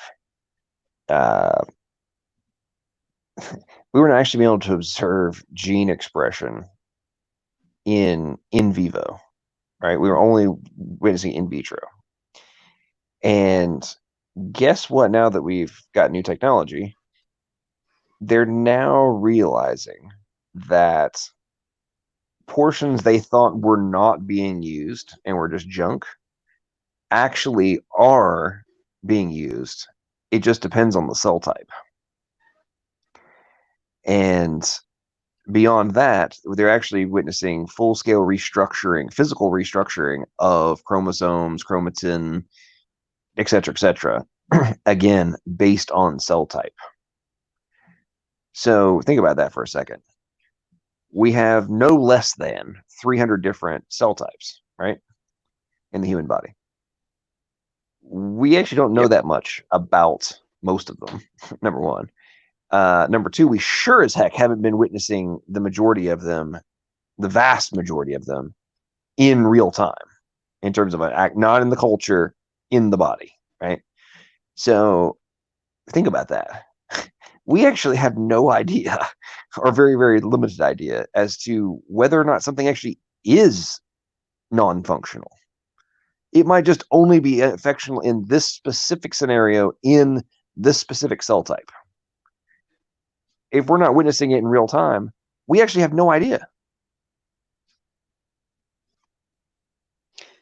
Well, yeah, I was reading the other day about cells, and in the human body, for example, there are 37 trillion cells, and I think you rightly suggested there are 300 different types of cells specialized, performing in different functions. But what I found amazing was that each cell contains 100 trillion atoms. Now that's mind-boggling. Well, yeah, that's a massive number. Yeah. Sidebar in line with atoms. Do you know that the a ribosome? I think it was 5 billion atoms. Just the ribosome. 5 billion. Wolf. Yeah. Just the ribosome. Think about that. And they all have to be arranged. Oh, they have to be in the perfect structure. That's why I get so entertained by the immutable destinies of the world. It's like, well, you just don't know how this gets. Like, yeah, I'm sorry. Hundreds of millions, billions, trillions of atoms have to be aligned in specific structures. Just because they can align in those structures doesn't mean that it is their logical conclusion that they will align in that structure. I mean, to your point, like you were making the talking about steel beams earlier, right? Yeah. Like, cool. You ordered an entire, multiple pallets of steel beams. Is there any scenario in which it's going to form into the building structure? No. No, it requires design. Well, of course it does. And then okay, cool. I've got the steel beams. How am I going to connect them? I'm assuming on the building level, there's probably a combination of welding plus gigantic bolts and other facets that are used to connect all the pieces, right? I mean, but of course you're doing it in a very ordered and structured way, following a blueprint and from the architects. I mean, like it's to me, when you think about that in terms of just like protein structure, membrane structure, cellular structure, biological system structure, like every single component of it follows the exact logic that we see in every other aspect of design. Well, that's right, John. I mean, as a structural engineer, we have specifications that we have to work to. And for example, with beams, you have to ensure that they have sufficient lateral restraints so that you don't introduce torsion into the equation. Now that torsion is when the beam actually can twist. By ensuring you have lateral restraints, you prevent that torsional effect. But you also have to consider the deflection, because if the deflection is too severe, your eye will actually pick it. And even though it might be safe, to someone's perception, they'll think, oh, that beam's bending, it might fall over. So you have to account for deflection as well. But in combination to that, if the beam isn't strong enough or you're not designing it properly enough, you've got dynamic loads. I'm sure if you've walked on a, say, timber floor, you would have felt the bounce. Oh yeah, for sure. Especially say you've got a live load where you may have 100 or 200 people on a dance floor and they're jumping around. That bounce becomes pronounced. So you're trying to eliminate a lot of those things as well when you're designing, and all that is it requires a decision matrix where you take into account all these different specific requirements to ensure the building is safe. You're not going to kill anyone because of your negligence. Actually, while I'm on that, we have a funny joke in engineering. When a doctor makes mistakes, he buries his mistakes. But when an engineer makes a mistake, he gets put in jail and gets sued for everything that he owns. So yeah, there's a lot that goes into the design of a building. For example, a lot of it is standard now, and they pick various items and sizes from safe load tables in guidelines and books. But when you go outside those dimensions, then you require specific design to take into account for those orders of magnitude those design guidelines don't actually contain. And I've still got a lot of my spreadsheets that I've got on my computer. I haven't used them for ages because I don't bother with working anymore. I mean, I do love jobs for relatives and close friends, but that's about all.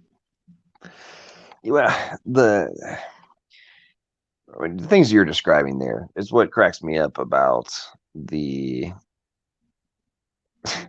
So I got to scroll on clear. What you were talking, CRISPR is saying, just because there's something there doesn't mean it's not necessary. Well, yes, obviously. It also means it isn't necessary either. Oh, sorry, that it also doesn't mean it is necessary either. I'm guessing CRISPR did not listen to a word that I was talking about in context of the if-then accounting for future variables. And just like you were discussing from engineering perspective, accounting for, oh, wait, if there's a bunch of people jumping, then there's a more pronounced effect. I better account for this in my overall structure. Like, it's just, and then here's the best one. Here's the best one. This is from Emo. Different principles of assembly. Assembly, yeah. I just, yeah. So we've quick assertion back to the original title of this live stream of atheism is a mental disorder and rational thought has left the building. I would say CRISPR and Emo are both proving that point again and again in their conversations. Well, you know what gets me about people like CRISPR is, at least theoretically, he at least claims to work in genetics. And it's like, okay, you keep following, you keep discovering newer, more and more dynamic functions. Like they don't discover less, they keep discovering more. I really don't understand how the more you find that has purpose, the more they seem to cling to, oh, just because it's there doesn't mean that it's needed, even though we just discovered and found that it was even there or that it was even required. It's like, at what point do you accept that this is a pre-accounted for component? And genetics history has shown that. I mean, my daughter, she's a microbiologist, works in a university. They actually do research into oral diseases, and one of the most recent papers was on a link between certain oral diseases and Alzheimer's. And I actually asked her, I said, okay, do you actually use evolution theory in your research? She goes, God, no. She goes, we look at the empirical evidence and we go by that. She goes, yeah, sure, we were actually taught at university level about evolutionary theory, but we certainly don't use it at research level into medical finds. So, I mean, Salka Dover keeps saying that evolutionary biology is irrelevant in the advancement of biology, and I agree with him. I mean, I do too.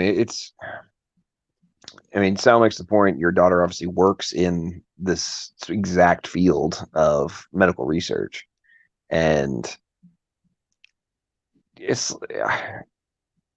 I agree with you. In the context of like, what the heck does what happened supposedly, hypothetically in the past have to do with how things are right now? Number one, but number two, what do they continue to discover? What do the medical researchers continue to discover? They're the ones that are discovering new function.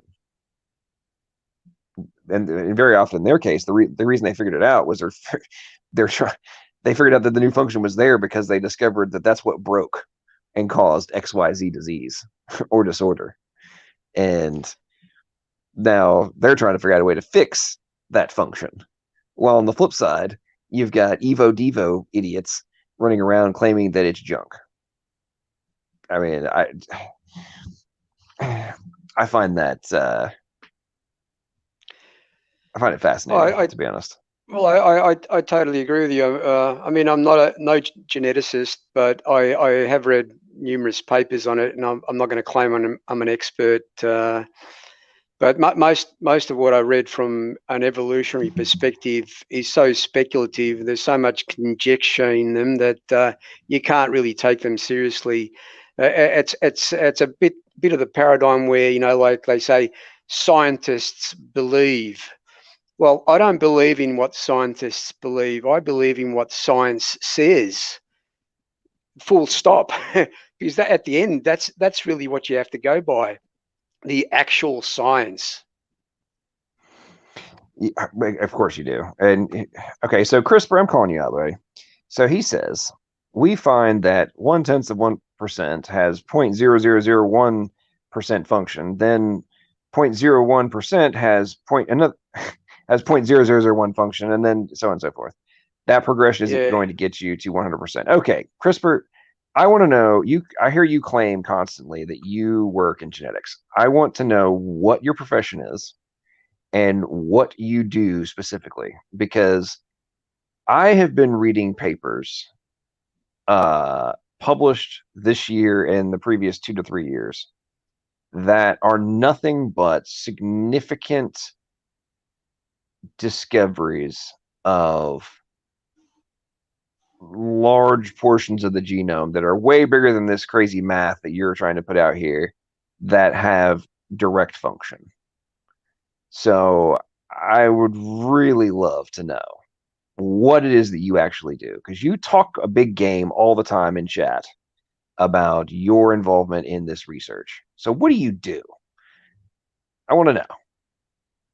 It's I mean, for example, let's talk about the piRNAs and the Pee-wee proteins, the Argonauts. So those piRNAs usually have 31 base pairs, and they've identified no less than 16 million of them. Let's do some extraordinarily basic math, and that's way more than what you jokers claim is the total functional portion of the genome. So are you calling the chairman of the Yale Stem Cell Research Laboratory, are you saying that he is making stuff up? I just want to know, because that's just an example. John, those 16 million, was that for the human genome or the fly, the fruit fly? I think that was for the fly. Yeah, for the fly. Yeah, so yeah, because I watched that video last night. Actually, Jason Izard sent it to me, and yeah, I had sent it to him and told him to share it to everybody. Yeah. Oh, good, because I intend to watch it again tonight as well, because there's so much. I mean, he's a good presenter, but I couldn't understand because of his accent. So I'm going to watch it again to make sure that I've picked up accurately what he was saying. I've watched it twice. There's multiple layers in that presentation, multiple layers of that are gigantic haymakers to evolutionary theory. He doesn't present him as that, but if you actually listen to what he's saying, it's oh wow. No, and part of the reason I know that they're haymakers is I've heard ad nauseum arguments from atheists about how, it's proof of evolution, and he's, what he's presenting directly contradicts it. But the irony is that's just one of many examples, and they just keep discovering component after component. And then you got people like CRISPR, who still hasn't told us what he does. I'm directly calling you out, buddy. Are you going to tell us what you actually do professionally in genetics? Because I've seen it from you on multiple channels, multiple chats, comments. You claim to be an expert. So back up your bullshit, bro. Tired of it. Back it up. What do you do? Because the discoveries are coming out the yin yang. And by the way, sidebar, George, you'll love this. And I don't know if your daughter may be able to get access to some of this research. Did you know? Okay, so you know how we're told ad nauseum that we have 85% similarity to the monkey or to the to the mouse, right? 99% to the chimpanzee, all kind of stuff. Okay. Number one, did you know that the 85% is only from the protein coding genes? Number one. Okay, yep, I did know that, yep. Okay. Number two, if you actually look at the entire genome, guess what that similarity drops to? Just take a stab at it. Well, I know in the chimpanzee it's around about 75 to 80, but I don't know. Do the mouse. Just take a guess in the mouse. For the mouse, I'd say probably about around 60. 9. 69. No, 9. Oh, 9, really? Oh, it's very when surprised. You actually look at the entire genome, it goes from 85% to 9. Think about that for a moment. Why do you think the staunch atheist evolutionists are so adamant to argue there is no function in the non-coding regions of the DNA? Because that's obvious. That's obvious, because if they include the entire genome, it makes a mockery of their actual paradigm of common ancestry. Oh, here we go. CRISPR previously worked in molecular biology with animal models, now working in evolutionary biology. Awesome. So you get to run around and make shit up to defend your profession. That's awesome. So CRISPR, I'm curious, man. What do you think about enzymatic pseudogenes and their implications in what constitutes junk DNA? I'm very curious to know what you think about that and how you account for their existence from your evolutionary biology models. I'm curious. I'll look out for your response in chat. Anyway, so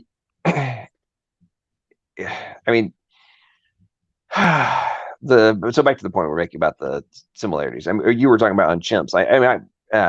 When you look at the overall genome, you were saying it's what I've seen ranges from 75 to like 84%. Have you seen similar ranges?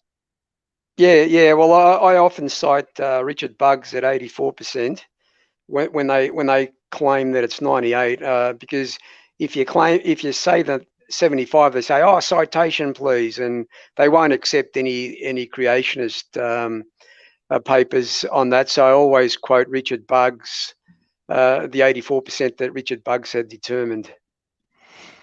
Yeah, to me, when you really contemplate that differentiation, if it is, depending on what they're ultimately able to prove is functional genome, I mean, just a 16-17% difference is massive. But then the enzymatic pseudogene CRISPR, and if you don't know what that is, then I question your profession. What was I going to say? Oh, so getting back into like differences, like some of the things they're discovering, like in cognitive function in relation to like miRNA expression in the brain, differences between humans and chimps. It's staggering, the differences. Staggering. And John, some time ago, early on when I got to research this stuff, and I'm sort of kicking myself that I didn't take a snapshot of where I read it so I can actually refer to it again. But I remember reading, an evolutionary person said, if they ever find that human chimp similarity was any less than 98%, he says the whole common ancestry thing falls over. And now we're finding that it is. I mean, the lowest I've seen, I think, is 94% from secular sources, 84% from Richard Buggs, who is also an evolutionary biologist. But I can't remember where I read that that particular quote.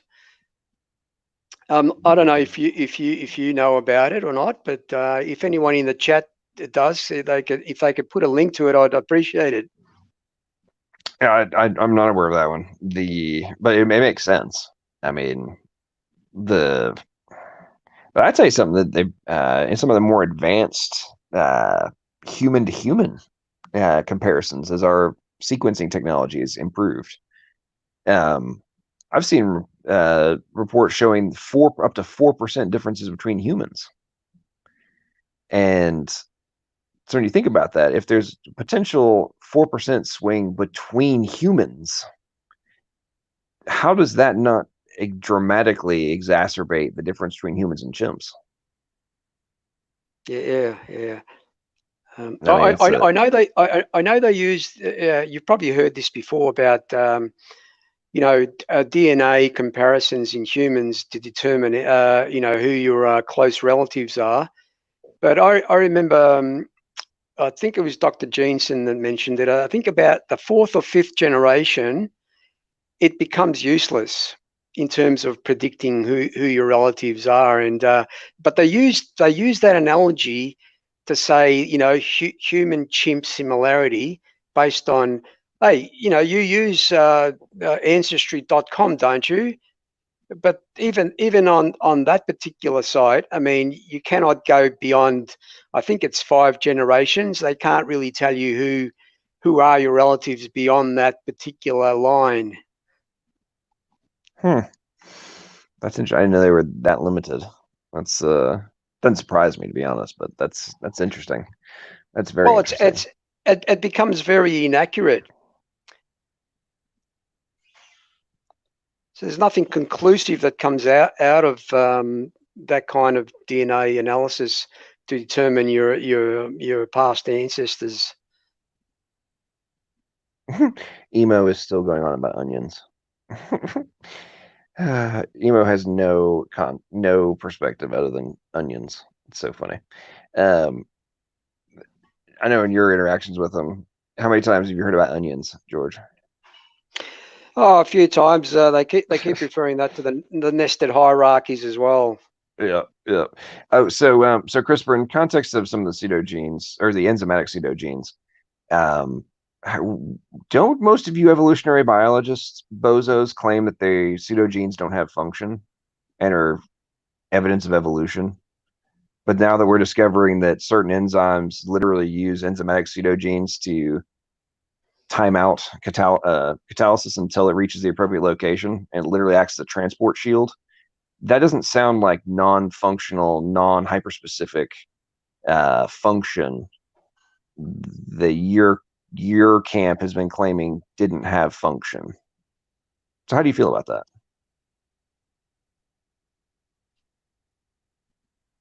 Yeah, George, when I was reading about the some of those discoveries they've had on that topic, my mind was blown. I thought it was stupidly cool on the enzymatic pseudogenes. It's pretty awesome. Are you asking me, John, or CRISPR? Oh no, I was going back talking to you again. When I was reading, as I've been learning about these enzymatic pseudogenes, it's been rather eye opening and cool. Just the way they work. To me, it just completely. It's yet another arrow in the quiver that debunks junk DNA on one side and then serves as evidence in favor of the designer on the other.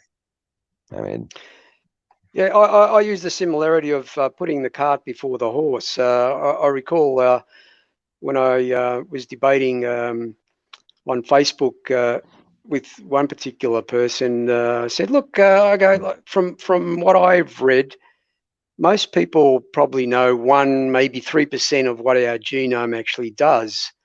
And you're proclaiming, based on that small knowledge, you know what the rest of it does. I go, let's wait and see what happens when we actually get more and more knowledge about how our entire genome works. And I pointed to what is it, the embryology. I said, some of that so-called junk DNA may be used during the development of the fetus. And once you're an adult, you look at that genome and you think, well, it does nothing, but you don't know that because, during the fetal growth, that could have had an important purpose. And I think there are bits and pieces there that are very important during the development of the fetus. Well, no, you're 100% correct, and that's what they're discovering out the wazoo especially in the last decade. I mean, they've been discovering that, in droves, the different portions of the genome that are active only during embryo development. Yeah, John, imagine like Sal actually put me onto this with a 4D nucleome study.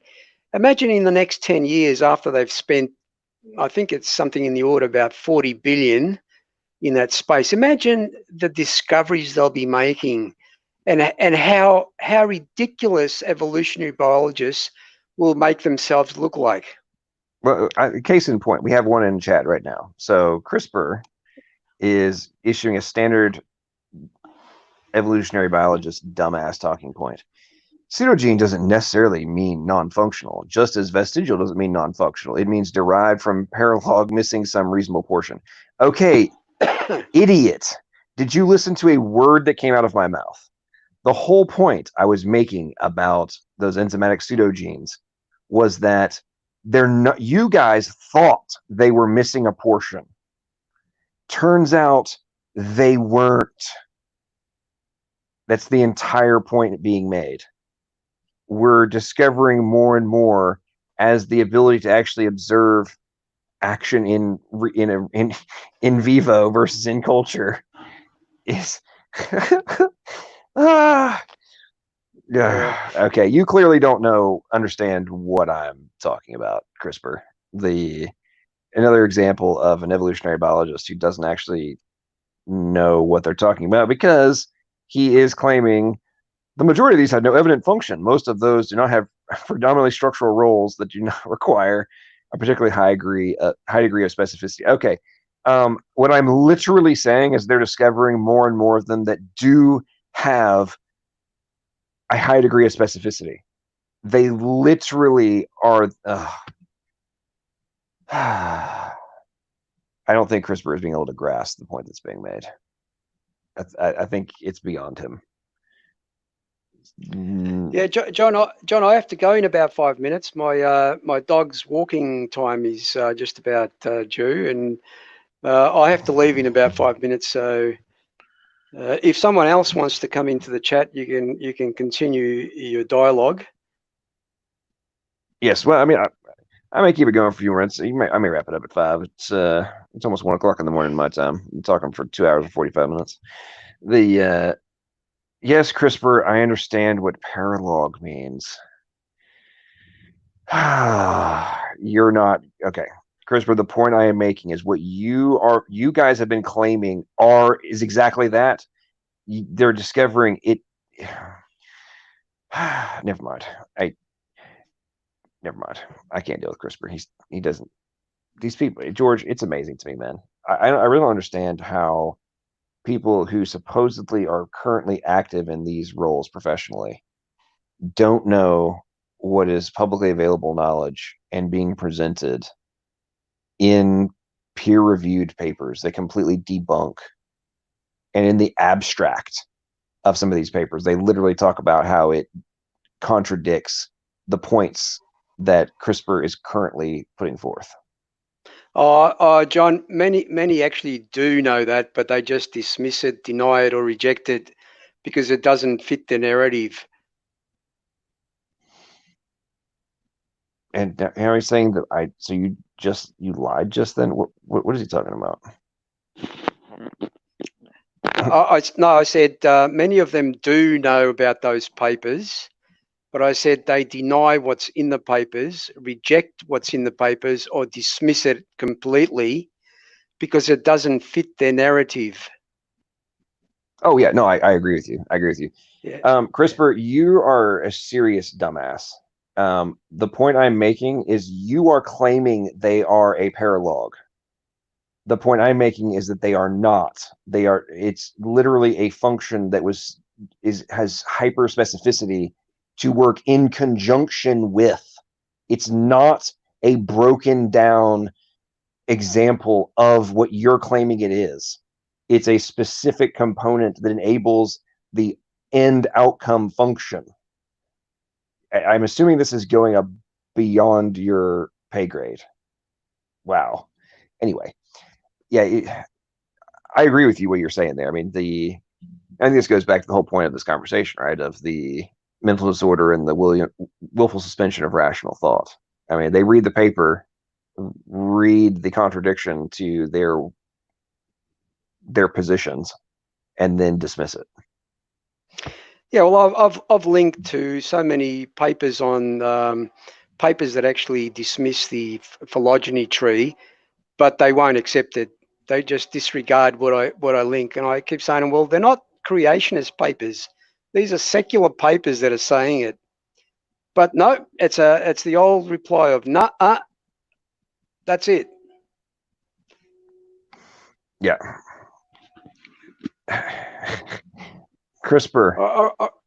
Yeah, John, I have to go, mate. It was nice to talk to you. Hey, same to you, man. Appreciate you as always. Thanks for sharing your knowledge with us. Mate. Yeah, no problems, mate. Anytime, maybe we can chat on another time. Absolutely. Absolutely, man. You have a great one. Cheers. God bless. Bye. Same to you. Okay, CRISPR is the definition of paralog. Is it a pair of genes that derives from the same ancestral gene and now reside at different locations within the same genome?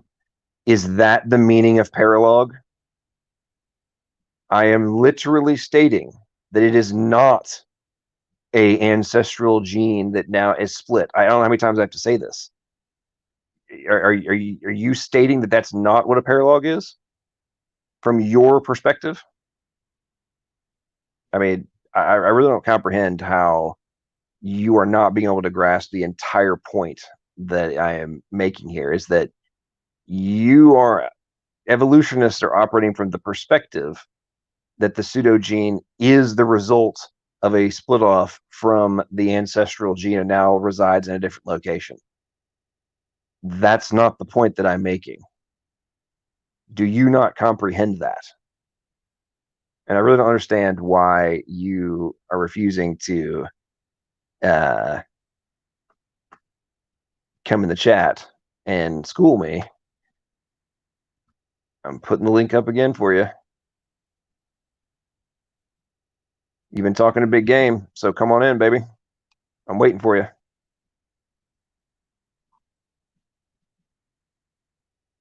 AP, the problem with evolutionary biologists, many of which are atheists, is that they're bad at philosophy, and therefore their research translates into bad arguments. That is well said. Well said. I agree with you completely. It's come on, CRISPR. I'm waiting for you. Come on in, man. You've been I've seen you talking mad trash in on SFT's channel. You've I hear you've been wanting to go up against me. So I'm live right now. Let's talk. Link is in the chat. Hey Zach, so I know you're if you'd like to come on and have a conversation, I promise I will not be aggressive with you as I have with other folks or with this CRISPR guy. If you want to come on and I might be able to answer some of your questions, Zach. I'll put my nice hat back on. The CRISPR identification of paralogs is by sequence. I did. Oh, God Lord. Christopher, why don't you come in the show, man? Come on the stream. Let's have a conversation. How many months have you been talking trash to me or about me? Come on down, buddy. Rock and roll. Let's see, AP. I used to develop evolutionary and genetic algorithms as a software developer. I see nothing meaningless and purposeless there.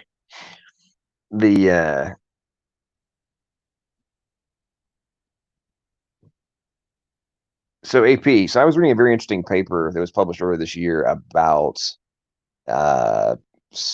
genetic programming and algorithms, and how it was basically, why in the heck are we actually following this model? Because all we're doing is running in our simulations, all we're doing is actually running into plateaus on the evolutionary side. And basically they went into it. It was a pretty comprehensive paper, but they went into like massive detail. It was massive. It was like a 30-page paper, and breaking down why, on the macro level, it didn't work. Did you run into any of that stuff when you were messing around in that world?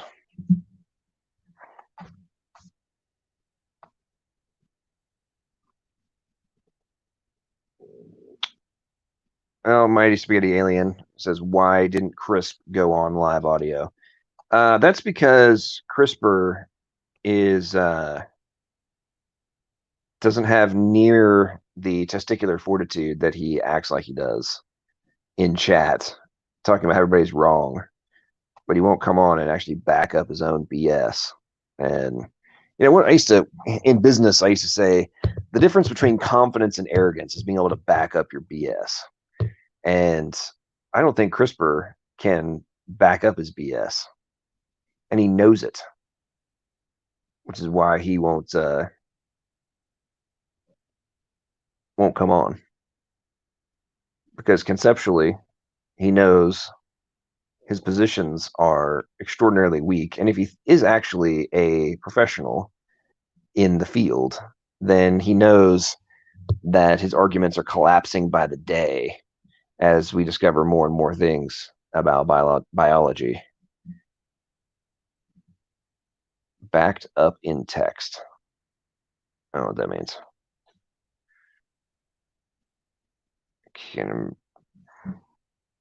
What are you referring to, CRISPR? Standing. Come on in, buddy. Let's have a conversation. I'm in rare form tonight, my friend.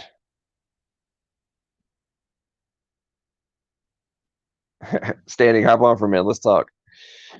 Yeah, CRISPR has been talking mad amounts of trash, and Standing, if you wouldn't mind coming on for just a second, man. I seem to recall this joker emailing you wanting to have a debate with me, didn't he? Isn't that the case? Doesn't he want to have a debate with me? At least per emails he's sent to you, or maybe it was comments. I forget, but I seem to recall you telling me that he wanted to have a debate with me. Is that correct, Standing? Come on, Standing, don't leave me hanging, man. You got to answer the question.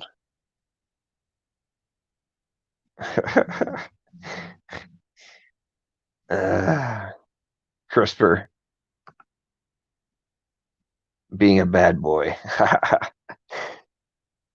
Let's see. Okay, we say something with your Erica debate. We were going to set something up. Yeah. Okay. So CRISPR says he never sent an email to SFT. Was there comments that there was something about CRISPR wanting a piece of me? I remember that. Right around the Erica debate. So CRISPR, are you saying that you do not want to have a debate with me? Is that what you're saying? I'm interested to know.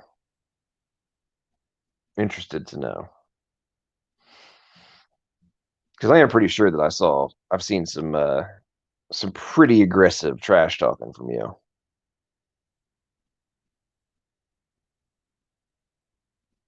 Okay, Stan. Yeah, well, after what happened with Dr. Dan the other night when you're supposed to be watching a movie with your wife, I do understand why you're probably wanting to behave. Okay, so Standing says yes, it was in comments. Let's set something up. CRISPR and John, that'd be fine.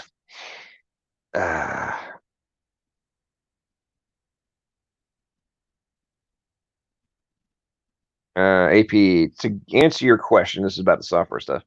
To answer your question, it's just intelligence guiding that process. It's required fundamentally. Absolutely. CRISPR. I don't do debates. I don't consider them productive. Okay, wait a minute. Standing, didn't CRISPR have a debate with you? I could have sworn I saw you and he going at it. Okay, so CRISPR, if you don't want to have a debate, I understand not want to have a formal debate. That's fine. Are you saying you don't have just normal dialogue? It doesn't have to be structured. Are you saying that you don't have dialogue? I really want to know, CRISPR. Do you not want to have actual dialogue? Because a lot of the comments that I've seen from you after my debates on MDD, on SFT, I've seen lots of trash talking comments from you. So again, direct assertion by me that either you are full of BS or you lack the gonads to actually back up your crap. Okay, so not at 2 a.m. Okay, so now he says, I've had discussions with SFT a few times. Sure. Okay. Chris, standing for truth, says CRISPR and I have had about 5 separate discussions. LOL. So I guess one could say that's more so dialogue. Okay.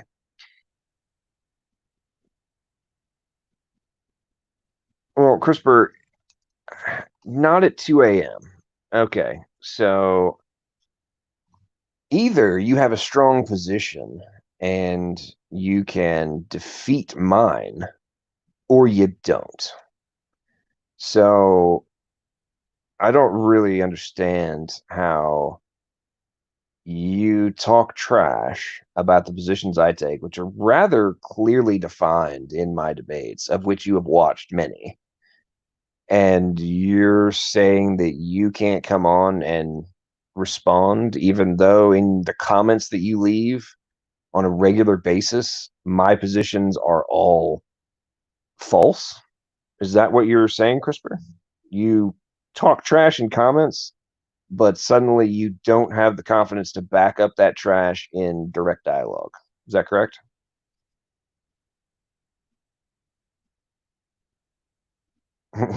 Mighty Spaghetti Alien. Fear factor.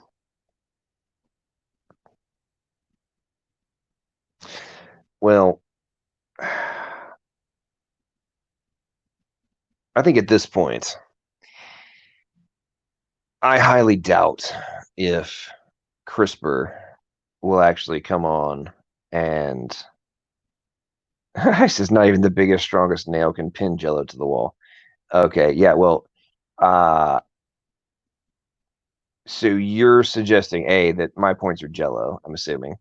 But B, are you not willing to come on and at least defend what I'm calling out to be bovine scatology on your worldview? I mean, I understand why you want to hide your professional standing, because you don't want to have to admit that you literally make shit up for a living.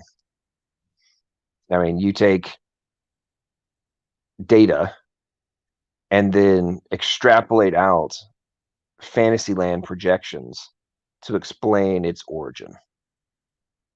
I mean, that's what you do professionally. I would be embarrassed if I did that. Literally making stuff up and then claiming it to be fact. I mean, there's one thing about being a sci-fi writer. That's cool. You get to make up, use your imagination, really, build out the visions of theoretical worlds. That's awesome. Like that would be a very cool profession. But not when you're literally making stuff up and then telling people that is the fundamental foundation of their very existence. That's what you do, CRISPR. You make crap up about how we exist. Literally from your imagination. It's awesome. Congratulations, man. I hope you feel very fulfilled and satisfied in your daily fantasy. Zach Brannigan, what is your opinion on Kent Hovind? I think Kent Hovind's a very nice guy. I mean, a lot of his arguments, I mean, he's a very entertaining debater. I'll tell you that much. I don't know if you saw the one over on Standing for Truth against Ron Garrett. That was priceless.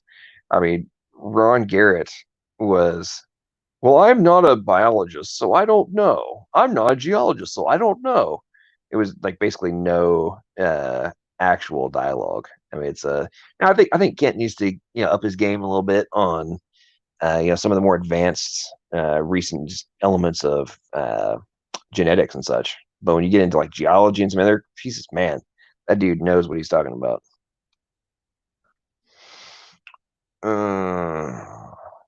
Which point specifically within the narrow range of subjects I'm broadly familiar with is it that you have a clear position that you want to discuss? It's coming from CRISPR.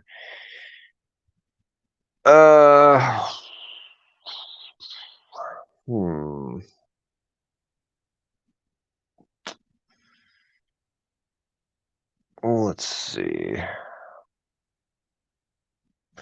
What's a good one to contemplate?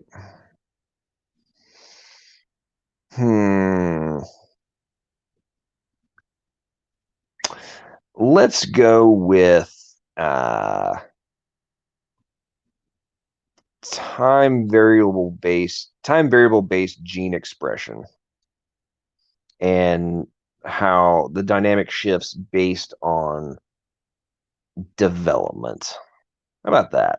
And specifically, how you think that evolution remotely explains spatiotemporal controls. How about that?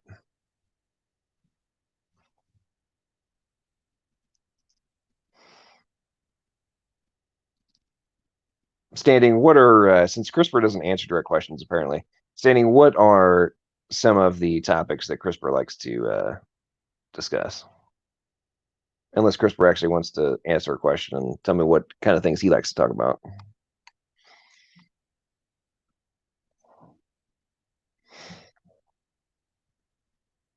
Of course, I'm going to wager that I'm just going to go out on a limb and gamble that an evolutionary biologist does not want to talk about spatiotemporal variables and how they can explain those with evolution, evolutionary theory.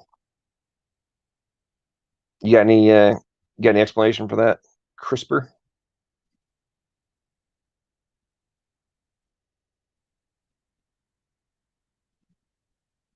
No, I want you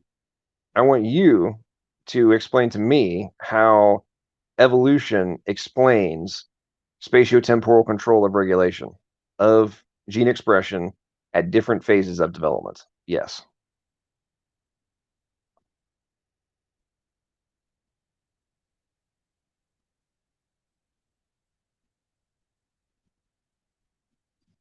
You think so, CRISPR? You think that you have explanation for time-based variable control? And man, since you like retro transposons, I mean, given all the things we're discovering about transposons and their relation to development and some of their time-based controls, I mean, that seems like it would be right up your alley, buddy.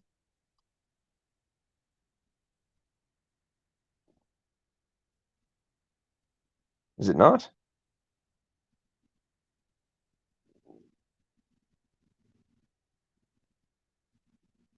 Yeah, we'll see if CRISPR responds to that. So, I mean, I've been talking about, it's interesting, Standing. So you're saying junk DNA, DNA functions, retrotransposons, genetics. Well, that's all the things I've been talking about all night. It's things I normally am talking about. And he wants to pick a specific topic when any of the ones that he likes to talk about are things that I like to talk about. How is that even a controversy?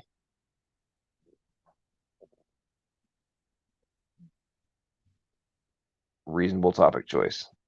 Okay. Well, I'm busy. I've got a crazy schedule this week, but we might be able to make some time. I'm just very fascinated to see what your remote explanation for temporal based variables. That's what I think is fascinating. How evolutionists try to explain that one. Like, hey, we got major function that can't happen unless this is accounted for, but then it changes into a new function at a different time, and then it gets moved at a specific time to a different location for a different outcome. Like, get out of here, man. Yeah, that's just chance. No cascade effect whatsoever. It's priceless. But anyway, I've been talking for 3 hours and 5 minutes. Time to go to bed. Everybody, I appreciate the sticking with us throughout the ongoing back and forth and the little bit of diatribes that I've interspersed the show with. As everybody continues to contemplate the elements of our existence, make sure as you contemplate the variables put forth that you consider whether they are logical, plausible, and probable conclusions in relation to our existence, or if they are nothing but defense of the fantasy land and the mental disorder that is atheism and its foundational component, which is evolution. Have a great night, y'all, and stay safe.